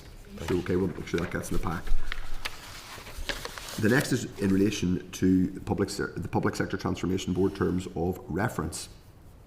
The terms of reference, as agreed by the Executive on the 7th of November 2024 and between the Finance Minister and the Secretary of State for Northern Ireland on the 18th of February 25 are attached at page 363 of the meeting pack. So that's for members to note. Anybody wishes to comment on it? The next DALO readout response relates to the NICS estate strategy. So members, that's at page 367 of the meeting pack. Members requested an update on the first review of the NICS office estate strategy when available. The department has proposed a date towards the end of May if this is suitable for the committee. So we will, if members are agreed, schedule that briefing. Okay? Now, the next agenda item relates to the signing of the land registration contract. And we have, I think, officials. We do, Chair. Officials are here. If we can bring them in. If you want to bring them in, Heather, we have officials. Yep. So the department has confirmed that the land registration procurement contract was signed on the 31st of March. The contract will be delivered by Fujitsu staff in Belfast and Derry and will enable the implementation of a range of new services via digital channels including customers being able to submit applications online. The contract is flexible with a maximum value of £125 million over a 15-year term. This considers any potential modifications to the contract which may be required due to legislative, technological and operational developments, and any additional services that may be required through the contract term. The committee previously noted that the contract award had been delayed due to a legal challenge, but that Fujitsu had been selected as the preferred bidder following a procurement process. Given the committee's interest in this issue, departmental officials are present today and available to brief members and answer any questions as required. So we have with us Sharon Smith, who is Chief Executive of Construction and Procurement Delivery in the department, Christine Farrell, who's Director of Land Registry, and Mike Beer, who's Director of Digital Contracts and Accommodation Services. Sharon, if you're able to give us some brief opening remarks, that would be most helpful. Thank you very much, Chair, for the opportunity to provide further briefing on the new Land and Property Service contract for Land Registry. I understand you've been advised that Sharon Gallagher, Deputy Secretary of Land and Property Services, is out of the country, but she does send her apologies. In terms of background, the current arrangement for Land Registry is a PFI arrangement, PFI contract, which has been subject to a number of Northern Ireland Audit Office reports and subsequent PAC reports. The existing system is largely paper-based and relies on IT systems which need to be upgraded. The land registration procurement was initiated in December 2021. It was a robust and complex procurement delivered in line with the Public Contracts Regulations 2015 as amended, which have now been replaced by the Procurement Act 2023 since the 24th of February 2025. LPS sought internal and external procurement, commercial, financial and legal advice to ensure the procurement and contractual arrangements are robust and deliver the best outcome for the service. A notice of intention to award was issued to the preferred bidder, Fujitsu UK, in December 2023, who intend to deliver the contract in partnership with their subcontractor, the Land Administration Company. The maximum contract value ranges from approximately 74 million to 125 million. This range takes into account any potential modifications to the contract which may be due to legal, operational or technological developments, and any additional services that may be required through the 15-year contract term. LPS and Fujitsu senior management have met, and there is an agreed understanding and ambition for this project to be successfully delivered. Additional oversight arrangements have been put in place, which includes regular meetings between senior officials from LPS and Fujitsu UK. The work referred to previously on the detailed implementation plan has allowed LPS to ensure that it is fully focused and resourced to deliver the project. And I'm happy to stop there, Chair, and we welcome any questions you may have. Okay, thank you. I suppose the first question is, it would be helpful if you could summarise, for the purposes of the record, why the delay between the initial giving of notice in December 2023 and the final signing of the contract 10 days ago. Well, do you want to take that, Mike, in terms of the 2023 to where we are now? Yeah, so there was a legal challenge by the second place company, and on the grounds of score. Now, there was no foundation or anything found for that, but what happened was the company then approached us and said they would like to settle out of court, and we took legal advice at that stage, counsel advice, and based on the cost of further delay, the cost of going to court, stress on staff and several other matters, it was viewed that the best option was to take the settlement option. The settlement amounted to a proportion of their legal costs, and the department had to pay a proportion of their legal costs. Yeah. When was that? That was. The writ was received on the 21st of December 2023, and that was concluded in October 2024. That's still then. So the writ was first issued December. The writ was issued basically as soon as the. Remember, I was talking about this way back last February. The writ was pretty much issued as soon as the initial notice was given that the contract had been awarded. 20 days after. 20 days after. Yeah. Okay. The litigation proceeded, but then there was an out-of-court settlement where a payment was made to cover a portion of their costs. It was there at that stage, so that happened in October 24. Why wasn't then the Fujitsu contract signed the next day? Right. Natural, after you go to preferred bidder, it does take several months to get the contracts finalised. That would have happened anyway. On this event, because there was such a delay, there were some extra things that had to be addressed. So, for instance, Fiducia and their subcontractor agreed to hold their prices. So if you can imagine, there had been a considerable delay. So that was one question: will they hold the as in would Fiducia hold the price that they had bid at way back? Okay. Because obviously, if not, then there would have been further work. And so I say there were some additional things, but again, the other thing that we're touching on this is we have done a considerable amount of due diligence in this one, and probably above and beyond what we would normally do. And that was all part of the process between October and us signing the contract on the 31st of March. Okay. I'm going to bring in members now. Deputy Chair Dan Forsyth. Chair, and thank you all for coming on this. Just to declare an interest, I worked in the Northern Ireland Audit Office about 2025 and one of the pieces on the land registry project way back then, so just to say that. I just wanted to ask, in terms of whenever the challenge came in on this until now, so the current arrangements, they were able to be extended. Was that at a substantial increase to cost, or how did that fare out? No, well, the extension we got on the contract we have with the incumbent, they more or less held to the prices that we had. So all the conditions we already had from that, percentage discounts and other factors, were all extended, and we took that up to January 2028 with the option of additional 6 months if required, just to make sure we had time to resolve everything. And that was done still at the stage where we still had a dispute on with the second place company. Yeah, no, that's really good to hear, just being able to keep the costs down that way, because in that period you are very much at the mercy of those that are extending to you because they are out of the contract. And I just want to ask, and as you move forward into the new contract, it's just been signed, what's kind of the roll-in period? Do we see it up and running, and the big difference here to services? The first mobilisation part is July. Now that, as I said, there's a considerable amount of working on at the moment, and all factored into the detailed implementation plan. But I say the first payment would be in July, but it'll be between that and the final payment is in January 2028. Thank you, Chair.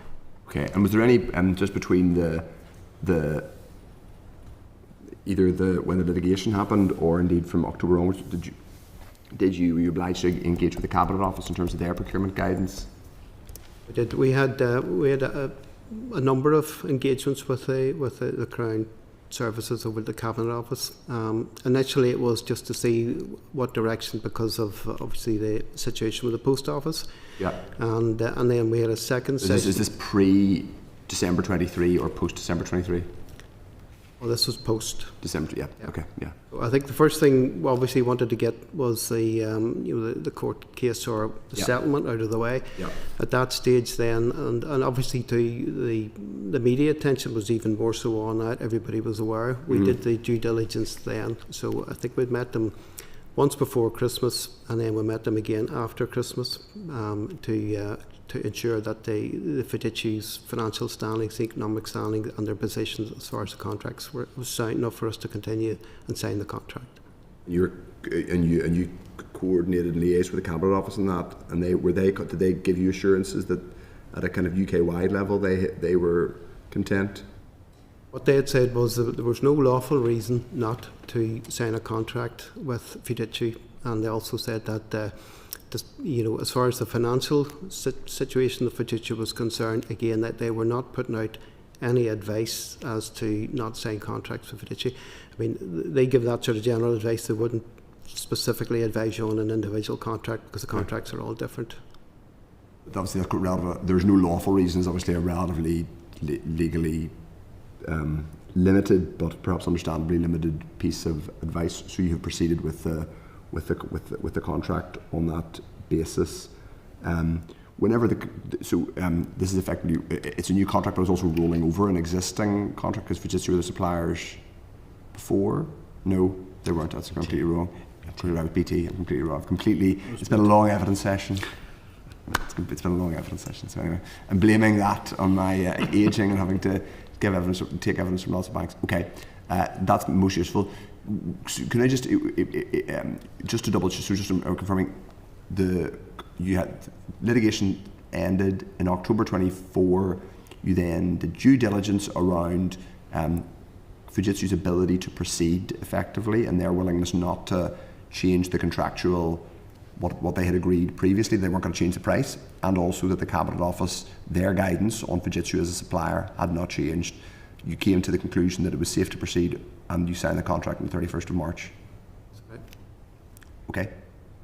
Well, I hope don't have to take evidence on this ever again, frankly, but for obvious reasons. But I think given the context and the context with Fujitsu and the public interest, I think it is important that we ask these questions and we got them on the record. And thank you for coming to give us evidence. Any further questions from members? No? Okay. Thank you very much. We'll keep in touch. Thank you.